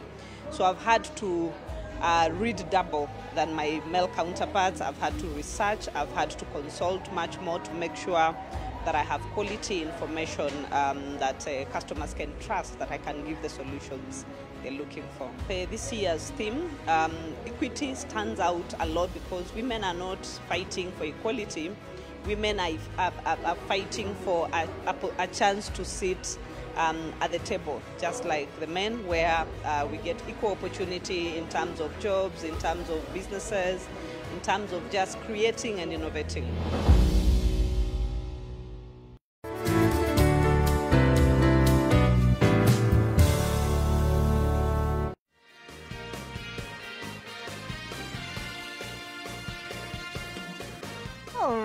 Welcome back to AM Live. We are discussing parliamentary matters. Is Parliament captured? And picking up from where Mheshimiwa Keru left it off, and did this capture happen with the handshake? And he's put you on the spot, Mheshimiwa Mbadi, because he's talked about how ideally Parliament, regardless, as part of its oversight powers, has committees that can summon the authority or this privatization board to interrogate their decisions, right? As part of the accountability process, you are the chair of PAC. But then again, even should they summon, do they play to the tune? Does Parliament, as it's constituted, play to the tune of the executive? So will it amount to much? First, in addressing this, I agree to a large extent with what Honorable Bill Okero has said. And let me get back to the issue of privatization. You see, there is no denying that a number of state corporations are making losses. And in fact, I'm in the school of thought. And I think because we share a background with Bilo, we are finance people. I am of the school of thought that government business is not supposed to be in business. The government is supposed to provide conducive environment for doing business. But again, yes, there are certain interests that have to be protected. But the debate that we have today is whether in privatizing these state corporations, who should be involved. And much as I agree with Bill Okero that Parliament has an oversight role and will play it whether what happens, but I want us to understand the role of Parliament in this privatization to be beyond oversight. and to go to representation. Parliament has 3 key roles: legislation, representation, and oversight. I want us to understand that in privatization, Parliament is supposed to also play representation role, which has been delegated by the people of Kenya, which has given them, who have given them, or Parliament, so to speak, the sovereign authority to exercise on their behalf and vote for any public entity or state corporation which is supposed to be sold or privatized. Having said that, on the state capture, I have been in, this is my 4th term in Parliament. I've been in 4 parliaments, starting with the 10th Parliament, 11th, 12th, 13th. I will tell you, every parliament, the role of Parliament is getting more and more diluted by parliamentarians themselves. It's not that we don't speak to these issues. Remember, in the 11th Parliament, let me start with the 10th Parliament. There are so many things we rejected, and that was a coalition government. In fact, there was only one member of Parliament who was not in government, and that was Jirongo. All of us were members of government. All our parties were in government, but we were checking each other. We had the ODM and the PNU checking each other, and it was probably one of the best ever parliament that this country has witnessed, if you maybe compare to the latter ones. In the 11th Parliament, even though we were minority compared to TNA, UDA, which were calling themselves Jubilee before formalizing it to Jubilee Party, but we held them to account, despite our numbers. Remember when a debate on security laws came to Parliament on 18th of December 2014, we opposed it vigorously, inside Parliament and outside Parliament. And you can see that some of the things that we said in Parliament is what was used in the courts to annul those amendments. Now, I want to also put it clear that some of us, including what Bill Okero has talked about on debt, if you go through Hansard of Parliament, some of us have spoken against this appetite for taking loans from 2013. And by the way, the problem was not taking loans. The problem were 2. One, where do you apply the loan? You cannot take a loan to go and sweep or clean the streets of Kibra. That is imprudent. 2 is the cost of these loans. Actually, what has sunk Kenya where we are is immediately Jubilee took over power in 2013. They decided to do away with cheaper loans and go for expensive loans because questions were not being asked. You know, these commercial loans, they don't ask many questions. They are in business. If you want to take a loan, it is available, and they will give it to you. Government should not be borrowing at 8–10% internationally. And then you expect to sustain and repay those loans. And remember, these loans that we borrow from outside get affected by the fluctuation of our currency. So besides the direct interest that we pay, there is also the indirect interest or the intrinsic cost of that loan, which is now hitting us. Today, the dollar is at how much? I have even lost track. It's almost hitting 150. It's 145. What? We took these loans when the dollar was under 100 shillings. Now, what are we talking about today? We are talking about loans that are almost doubling by virtue of foreign currency fluctuation. I mean, our currency fluctuation. So I would say, yes, Parliament needs to rethink. And if you see what Reuben, my friend here, the way he is reasoning, actually, I realized he had a problem. And it is not his making. You know, if you are intelligent and something is indefensible, it is difficult to defend it. This privatization bill is difficult to defend it in its current form or the way it is proposed. And therefore, my friend here, who is an intelligent young man, has difficulty in defending it. That is why you see him skirting around. And I understand it. Many of us have been in such situations before. But I would want to just encourage. In fact, I want to speak to my friend Kimani Chungwa. I will talk to him. He should not be known to be the majority leader under whose hands Parliament lost completely its oversight role or the role that it plays in the privatization of our state corporation. But you have the power to bring amendments. I mean, the bill is still a proposal. Yes. We can bring amendments, Senator Birdo, but you see, let's be practical. If the absolute majority, which actually is illegal majority, has been taken by Jubilee, I mean by UDA, Kenya Kwanza. Vote and compromise. They have decided, the people of Kenya, by the way, especially in the National Assembly, the people of Kenya did not give Kenya Kwanza majority. The majority was given to Azimio. But through our system, our corrupt Kenyan system, look at what is happening in the US, Olive. In the US, the president is from is a Democrat. But the Republicans now has majority House of Representatives. In the House of Representatives, and in the Senate is the Democrats, and it is functioning. How come in Kenya we have to cut corners? When the Kenyans gave Azimio the majority in the National Assembly, it should have remained as such. Okay. But our bad manners as members of parliament have given these people majority. Now even if you bring amendment below, unless it is an amendment that is sanctioned from the House in the Hill, you can't go anywhere. All right, I will give you two Mheshimiwa as a chance to respond, but first, let's take a look at what's happening at State House, because we're also getting to matters KDF and their deployment as part of a joint operation in the North Rift. Staying in that vein on matters security, how is State House looking, Helen Ora? Well, Olive, it is quite the day. The security at State House, between the junction of State House and Arboretum, if my camera lady could just pan and just show you, the security here is quite tight. The security officers on the ground are not allowing anyone to pass here, not unless you show your credentials. And that means you either work in one of the buildings that are here or the establishment that is here, or you reside in this particular neighborhood. And those who are also coming to work using boda boda operators are also not being allowed to pass through, meaning you alight at the roadblock and then the boda boda is being told now to return back. The security officers are saying they're doing this as a way to ensure that security is key and security is paramount. Residents also who reside in this particular area, who are walking their dogs or accustomed to walking their dogs, especially during the morning hours, we have found that one of the residents has just been turned back to their particular area of where they reside and been told to just stay in the household.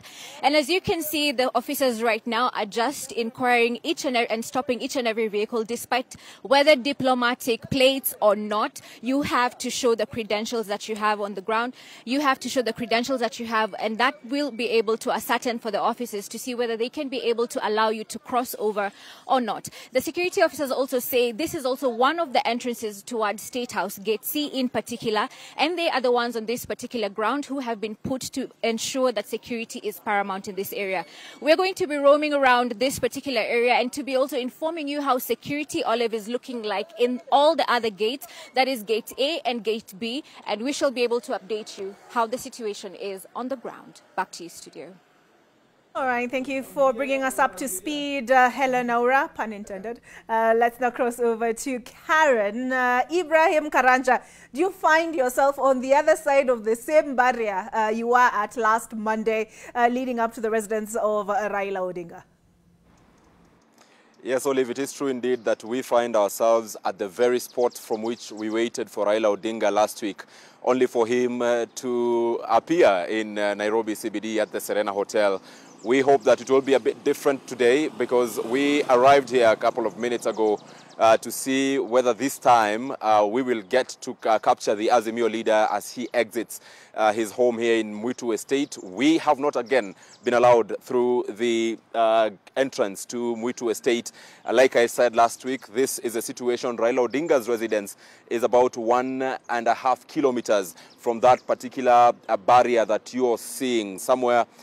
You head straight, then pan left. That is where the Azimio leader lives, and that is where we hope to find him. However, today we are still waiting for Raila Odinga at his residence, and from wherever, again, he will be spotted from at NTV. My colleague Eric Isinta and myself will be ready to catch up with him and just cover this particular demonstrations live. But Olive, a couple of minutes ago, Raila Odinga has actually tweeted and stating that Maandamano Mondays and Thursdays are still on. That is to show that he is not going to stop this, as the government is stating. And remember, this comes at a time when they already are accusing government officials, including Deputy President Rigathi Gachagua, of an intention to sort of, these are the allegations that we have not confirmed, but we have seen these posts being posted, especially on Raila Odinga's Twitter handle, that the Deputy President could be planning to sort of interfere with their demonstrations. Of course, we know that we may get to hear from the office of the Deputy President later. But then again, from last week on Monday, we have seen Azimio state that they will still follow or push through with their plan. Remember, initially, by last week on the 20th of March, it was a one-day maandamano. That was on 20th, on Monday rather. But on their press conference on Tuesday, they stated now that these particular maandamanos will be done every Monday and Thursday, just to ensure what they call, according to their own words, illegitimate regime answers to the questions they have, Olive. Remember, Raila Odinga, even in his forays the last couple of days, maintaining his resolve that the issues he wants to be addressed include the cost of living. It also includes the opening of IEBC servers to ensure that the winner of the elections, the last year's elections, is known. It also includes halting of the recruitment of IEBC commissioners because he says the process right now is not all involving. He says that the President, William Ruto, and the government is having an upper hand in terms of appointing IEBC commissioners, because according to the just amended act, according to Raila Odinga, it gives the President and the government an advantage of having more people in the IEBC selection panel. So Raila Odinga says that that entire exercise has to be redone. Olive, remember, we waited for Raila Odinga from this particular point last week, and we did not get to see him leave. So we cannot ascertain whether on the night or to Monday, on the 20th of March, Raila Odinga spent the night at his house. Equally, we cannot ascertain whether the other Azimio leaders, including Kalonzo Musyoka, Martha Karua, Jeremiah Kioni, and the rest, spent their nights at their houses. It is also a possibility that they did not spend their nights at their houses because, like they say, the police have already stated this as an illegal maandamano. You heard from Inspector General of Police Japhet Koome yesterday. So there is a possibility that the leaders may want not to be known in terms of where they are, because just in case they are known, there are also those claims of a planned arrest for these particular leaders. So they would not want a situation, rather, Olive, where their plans will be nipped in the bud, where the leaders are stopped from accessing where their supporters will be from as early. So that explains why last week we did not see Raila Odinga leaving his residence. We may also experience the same situation today, but I want to assure our viewers that we are keeping tabs with everyone who is around Raila Odinga to also know where he will be spotted from. Last week he was not able to go to State House, as was the plan. He was also not able to access Nairobi CBD. Let's see how different it will be today, because according to the police, they will allow people to walk into town, but not anyone who is armed or anyone who they suspect will be coming to cause violence. It will be interesting to see how the police will assess who's coming in for the demonstrations and who's coming in for their own private business. But of course, that statement by Inspector General of Police Japhet Koome already having iked the Azimio leaders and stating that, look, guy, according to Article 37 of the Constitution, you have no role in stating that or in outlawing maandamano in the country, because maandamano, according to Article 37, is enshrined in the Constitution, and everyone has a right to assemble, to protest, and to picket, and to also present petitions to authorities. So this is a standoff that already the stage has been set, and especially with President William Ruto out of the country, it will be very interesting to see whether Raila Odinga today will be focused on heading to State House, or whether he will head to Harambee House or Harambee House Annex. Remember, there is that invitation from Deputy President Rigathi Gachagua when he spoke in Migori County over the weekend and stated that I will be at my office, come and face me. So whether Raila Odinga and his supporters will take this particular invitation by Rigathi Gachagua, that is something we shall be seeing, and whether the police will also allow Raila Odinga to access town and head to these particular offices where the presidency is, that is Harambee Avenue, where Harambee House and Harambee House Annex are, is also something we shall see. It is also interesting, Olive, and we shall be keeping an eye to see what President William Ruto will be saying of this particular protests in his visit of Germany and Belgium. Remember, he he is out there to ink deals on behalf of the Republic of Kenya. Yet back at home, there is an opposition that calls his regime illegitimate. So it will be keen, or we will be very keen to see how President William Ruto addresses the international community or the countries that he is visiting in relation to what is happening back at home. Will he just brush it aside, or will he say, how exactly will he address this on what is happening? So, Olive, we are here. The moment we hear where these particular leaders will be spotted, our viewers are sure to get it in a way that only we at NTV can. We have, like I said, Eric Isinta, who last week was very unfortunate to be a victim of water cannons. But this time he tells me he is ready again, all in terms of giving our viewers the best. So, Olive, we are waiting at Mwitu Estate. This is on Mwitu Road, just off Kirarapon Road at Raila Odinga's residence. In case we get to see him, our viewers will get those live pictures, even as Raila Odinga heads to town. But on our way here, Olive, the situation is not very different from what we saw last week. Pockets of people at Matatu stages clearly having, showing that there is a very small number of public service vehicles which is transporting people to and out of town today, because this is not usual on Ngong Road, where yes, there are usual commuters from this particular area, but there usually is enough number of public service vehicles to transport them to their various destinations. But today we are seeing a clear evidence of shortage of matatus, because people are seeming stranded. Pockets of people are stranded at the various matatu stages. We shall, of course, also be seeing how this unfolds in case public service vehicles will go back to the road and just offer service. Because according to the police, everyone should go back to work. Should go to work. According to the police, everyone should go about their business normally, and they will not allow anyone to sort of interfere with the flow of life and the flow of the usual business. So, Olive, that is what so far we can update our viewers from here. We have kept an eye on Raila Odinga from Monday last week to where he was yesterday in church in Embakasi East constituency. And remember, even yesterday, they insisted that the maandamanos are on, even as the police are saying, look, this we will not allow. So a standoff looms today, Olive, and we are here and ready to brief our viewers. Thank you, Ibrahim Karanja. Now we cross over to Kibra. Vincent Odor is standing by there with Dixon Onyango. Vincent, last week, actually, the frack, at least from where I stand in studio, started in Kibra, where we saw police and the residents there exchange stones and tear gas. How do things look this morning? Absolutely. This morning, Kibra constituency is largely quiet, and I've crossed at least the 5 wards here in Kibra constituency. And in the morning, people are going on with their normal business. Largely, when I reached here at 6 in the morning, people were going on with their normal businesses, and I saw a number of people just trekking and walking to their places of work. This is largely seen in the outskirts of Kibra constituency. You know, Kibra constituency is one of the 17 constituencies in Nairobi County, and it's just 5 kilometers from Nairobi Central Business District. And Kibra is Azimio leader Raila Odinga's political stronghold, and it is family known as Raila Odinga's political bedroom, and therefore it is a key point and a key constituency when it comes to issues to do with the mass action by Azimio in the country. And what I saw when I was crisscrossing the 5 wards in Kibra constituency is that when you look at the outskirts of Kibra constituency, most of the shops have not been opened, and the only businesses that I've seen opened early morning are businesses that do food business, or people who do food business. But largely, most of the businesses here in Kibra constituency are closed.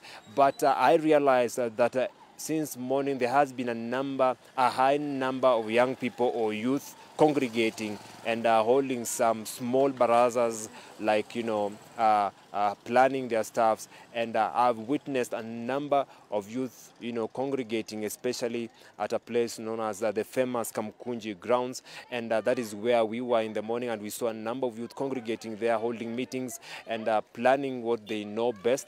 And some of them just left a few minutes from now. And where I am, it's basically 50 meters from Kamkunji grounds, the famous Kamkunji grounds in Kibra constituency. And that place is full of young people, youth who are congregating, talking to each other, and organizing what we are yet to establish, what they are planning or what they are working on. But a number of them have just left that grounds, and they've walked towards the outskirts of Kibra constituency. And since morning, I've only seen one police car, one police Land Cruiser that has come a few meters from the Kamkunji grounds, and at least a few number of police officers have been deployed a few meters from Kamkunji grounds. But the entire Kibra constituencies, especially across the 5 wards here, from Makina to Sarangombe, I haven't seen any police officers deployed anywhere, and we haven't seen even any police officers along the roads and routes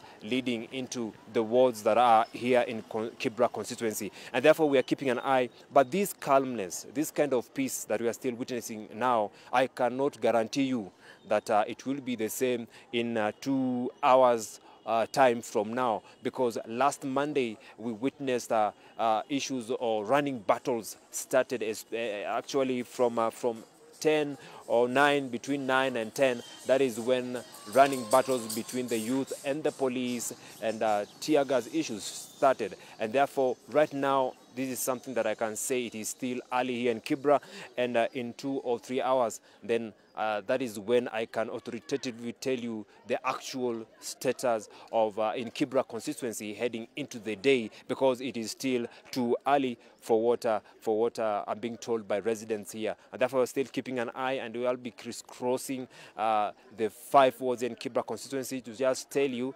what is going to happen. But what I've realized now, a number of youth and a number groups of youth are walking towards DC's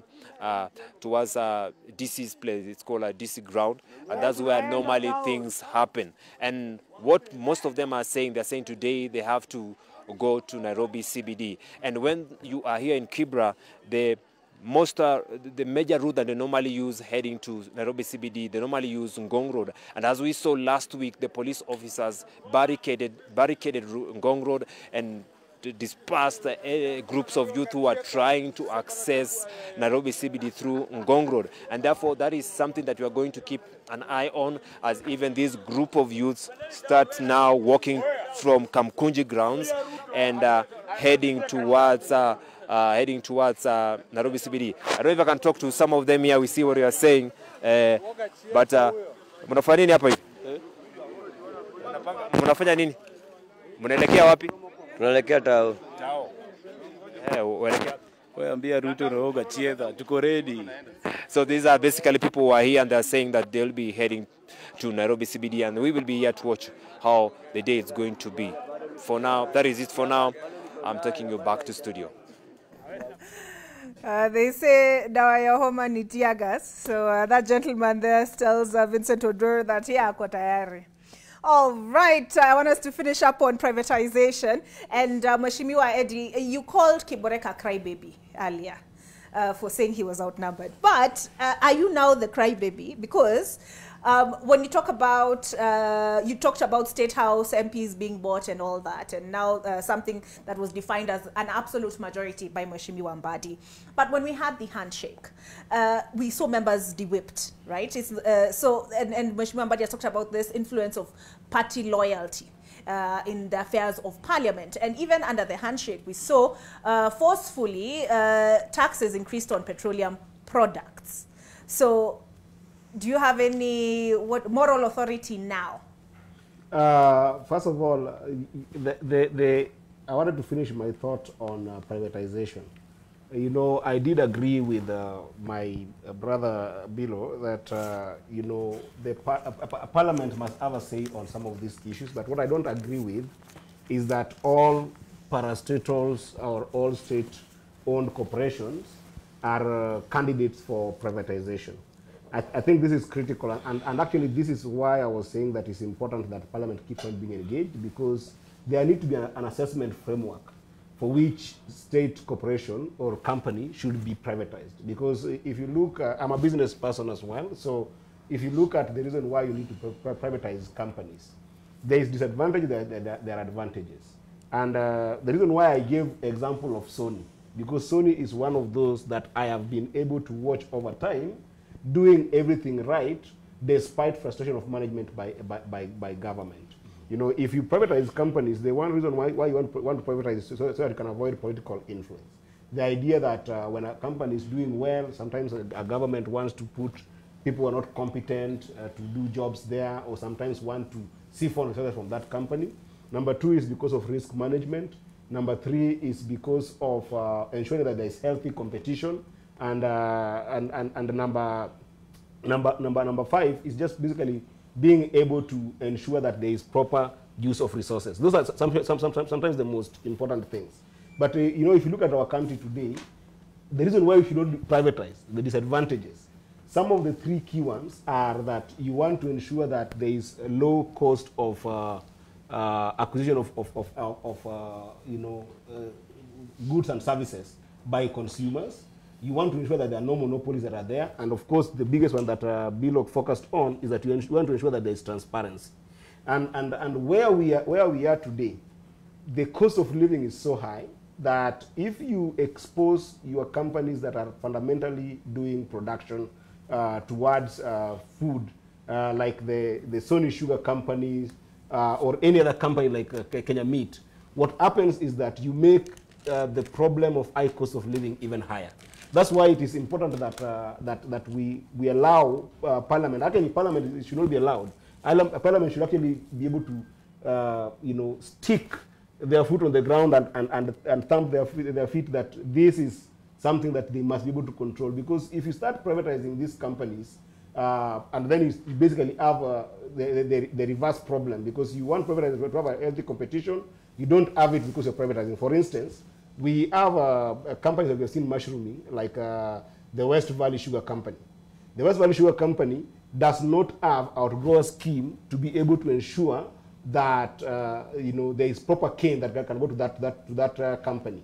So what happens is that in the expense of privatizing, you start having crazy importations that, one, is going to make sure that the local production becomes more expensive for people here. Number two, is going to kill jobs. So I was just giving you an example of a situation whereby there is need to privatize some companies, and there is need to deprivatize some companies or not privatizing at all. And that role, I think, is extremely vested with the Parliament of Kenya to be able to do that need assessment for those companies. And that should not be taken away. And the reason why I'm saying that it's critical to watch the executive is because, first of all, two wrongs does not make a right. The fact that in the previous government there was compromise of Parliament does not mean that now is supposed to go on as an endemic culture. And that endemic culture, we are seeing most of the bills that are very critical and determinant to our future are coming from the executive. Under Article 248 of the Constitution, Olive, we have got serious independent institutions. In fact, one of the reasons why I'm personally going to Maandamano is not even, number one of my list is not even high cost of living, not even the real election. It's the fact that you look at an independent institution like IBC, established under Article 48 or 248 of the Constitution. Today, Olive, if you were to go to Supreme Court, and then in the Supreme Court, there are 7 judges, and then 2 judges choose to make a minority opinion over an issue. You can't go and say that now those judges, you're taking them out of work. They are independent. That is why that composition of the 7 of them can give any opinion, but at the end of the day, the voting happens. IBC are the 7 commissioners. That is a whole other debate. That is a whole for another day. I'm just telling you how the executive has captured Parliament beyond even just issue of privatization, because the way these IBC commissioners were punished is basically through a backdoor capturing of Parliament, to the extent that an independent commission was vilified and taken away, its right taken away. So me, I'm even rioting, or rather demonstrating, so that I ensure that these kind of independent institutions are not interfered with. Okay. And Parliament should be able to assert its own place, despite the fact that previous regimes might have taken away the role of Parliament. It doesn't mean that because that happened, then this Parliament must now just continue the bad manners. It's not advisable. All right, so I want to invite us to make our last remarks, given time is up. But for those who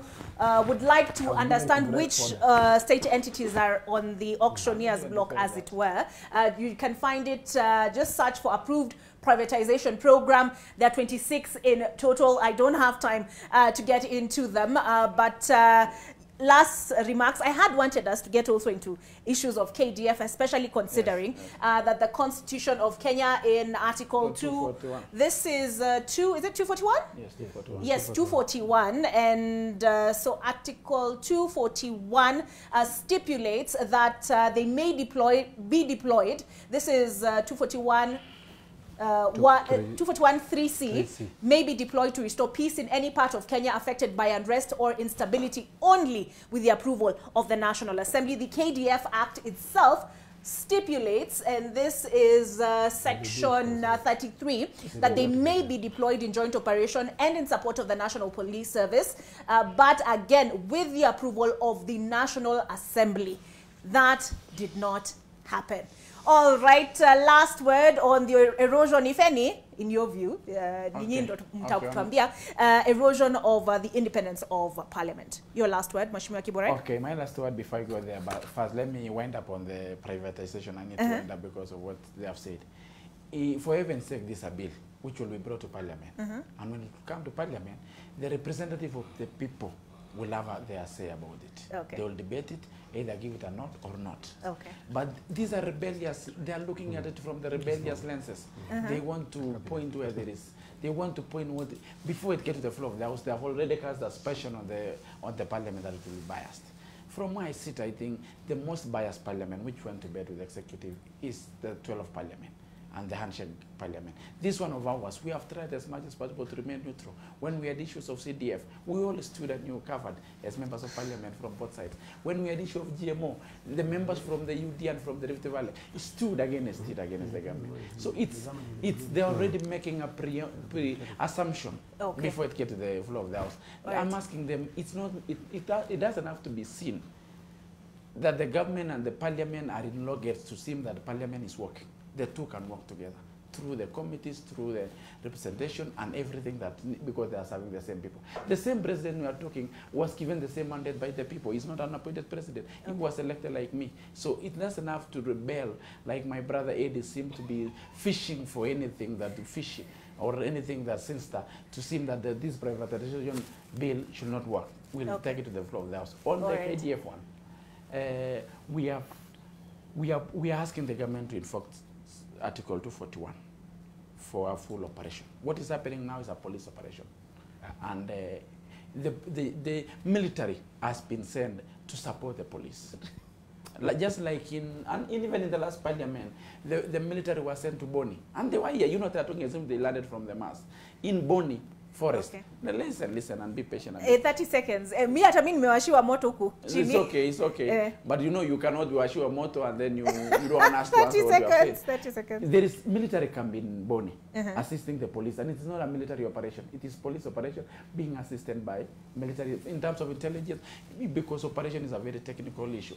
In Baringo, the person in charge of operation is Gabo.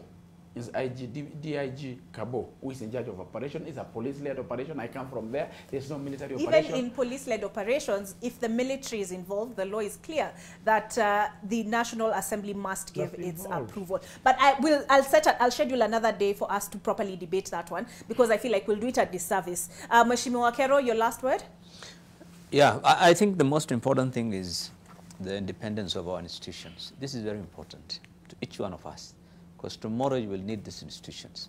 If we kill the institutions, not just Parliament, but many institutions have been undermined in this country by every leader who has come into power, whether it's Parliament or the executive. And I think the reason why we have these institutions is to ensure checks and balances.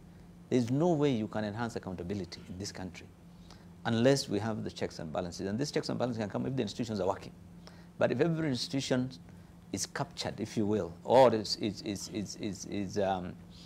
neutralized, it loses its power, you know, then I think we will go back to what we were in the old constitution, where, you know, there were no checks and balances, and we have an imperial executive, and, you know, and it hurts every one of you. every one of us. So I think for me the sad thing is that in the last 10 years or so, there's an attempt to try and really minimize the role of certain institutions by either putting wrong people in charge or taking away their powers, denying them funding, or in the case of members of parliament, threatening them with loss of jobs like chairmanship of this committee or the other, and so forth. So, or enticing them with CDF, if you will, let me put it that way.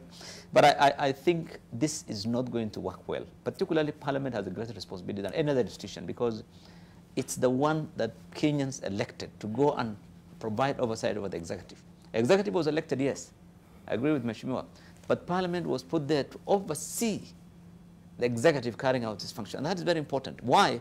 Because the executive cannot always do things right.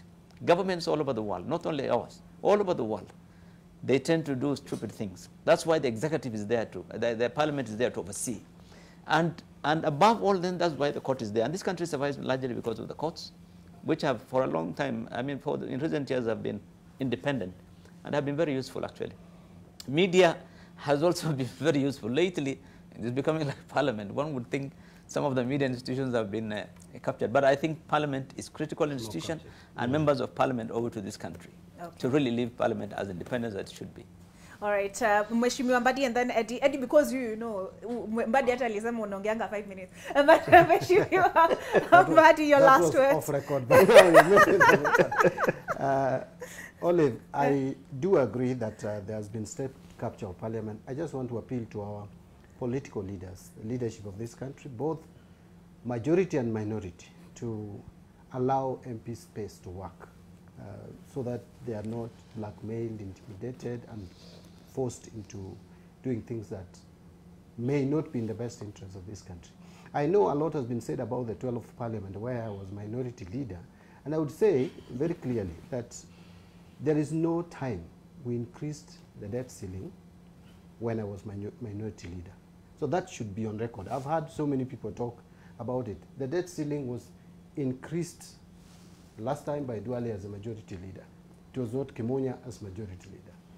I want to also put it on record that the only thing that probably you would fault the 12th Parliament on is the issue of the petroleum products, the VAT. But remember, Olive, I was the first one to oppose the President memorandum, but you require 2/3. And the majority of MPs actually voted against that provision. But even before we arrived at the debate in the House, the government wanted to put 16% as it is with all other products. But we negotiated it downwards. The government was arguing that the IMF, World Bank are pushing them. So we arrived at 8%, which was kind of like a compromise. But still, majority of our members rejected it on the floor of the House.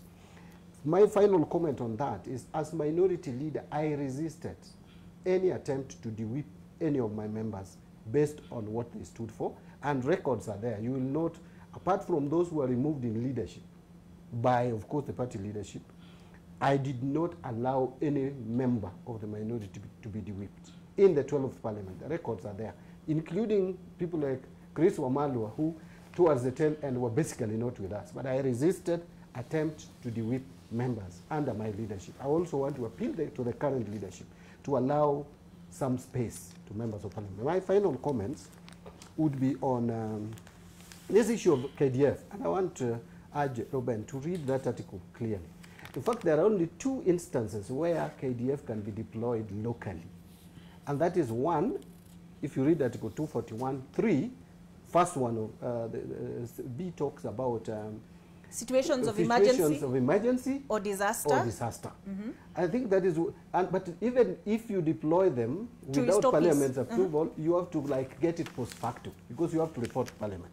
But the situations of emergency and disaster are clearly spelled out. Now, if you go down now, it is where it talks about to address unrest or instability in any part of this country, including the North Rift. You have to get Parliament's, National Assembly's express approval before you do it. So if you commit a crime and you realize you are committing a crime, please retreat quickly.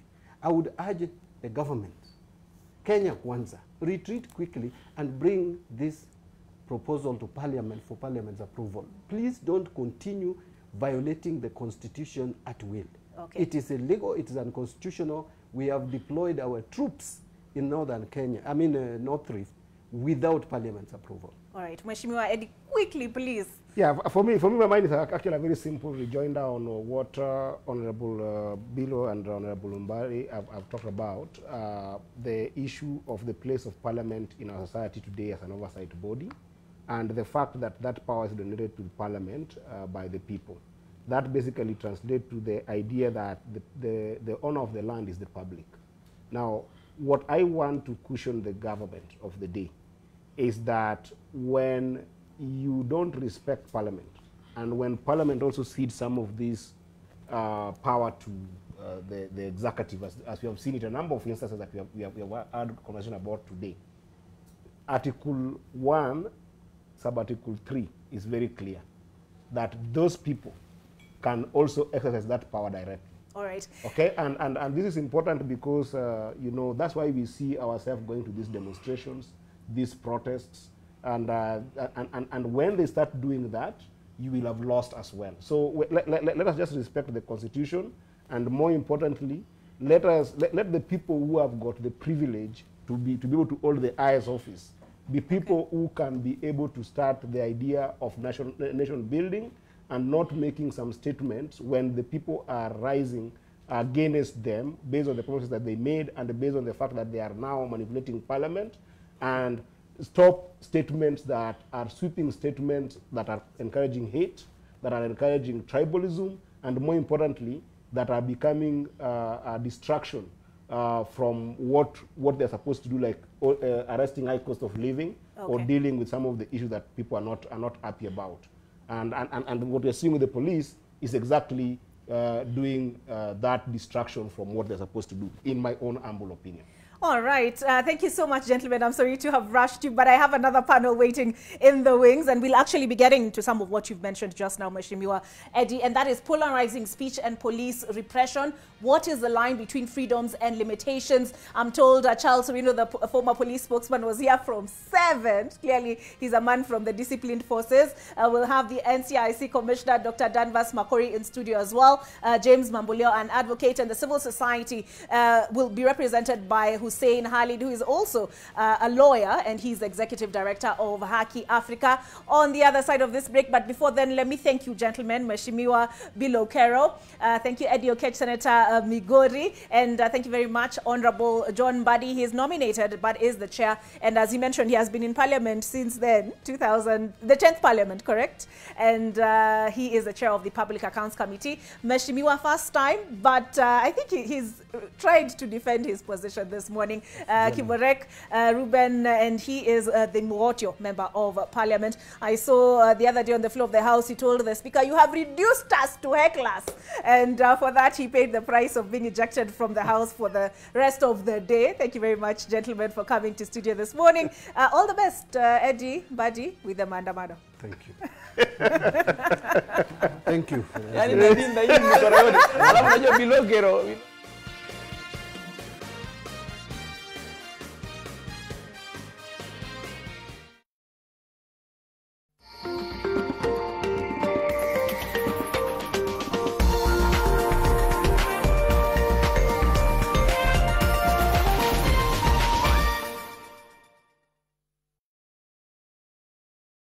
Yo, Butruse K, the sharp god up in the mix, you know what I'm saying? NTV, shout out to you, bro.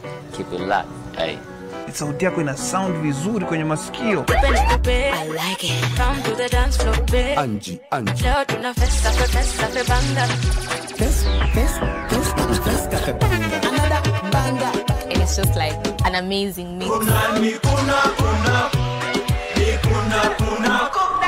am happy today. Sin koma vitu unanilea. Oh yeah. Inaweka shida chini na tupa mikono juu.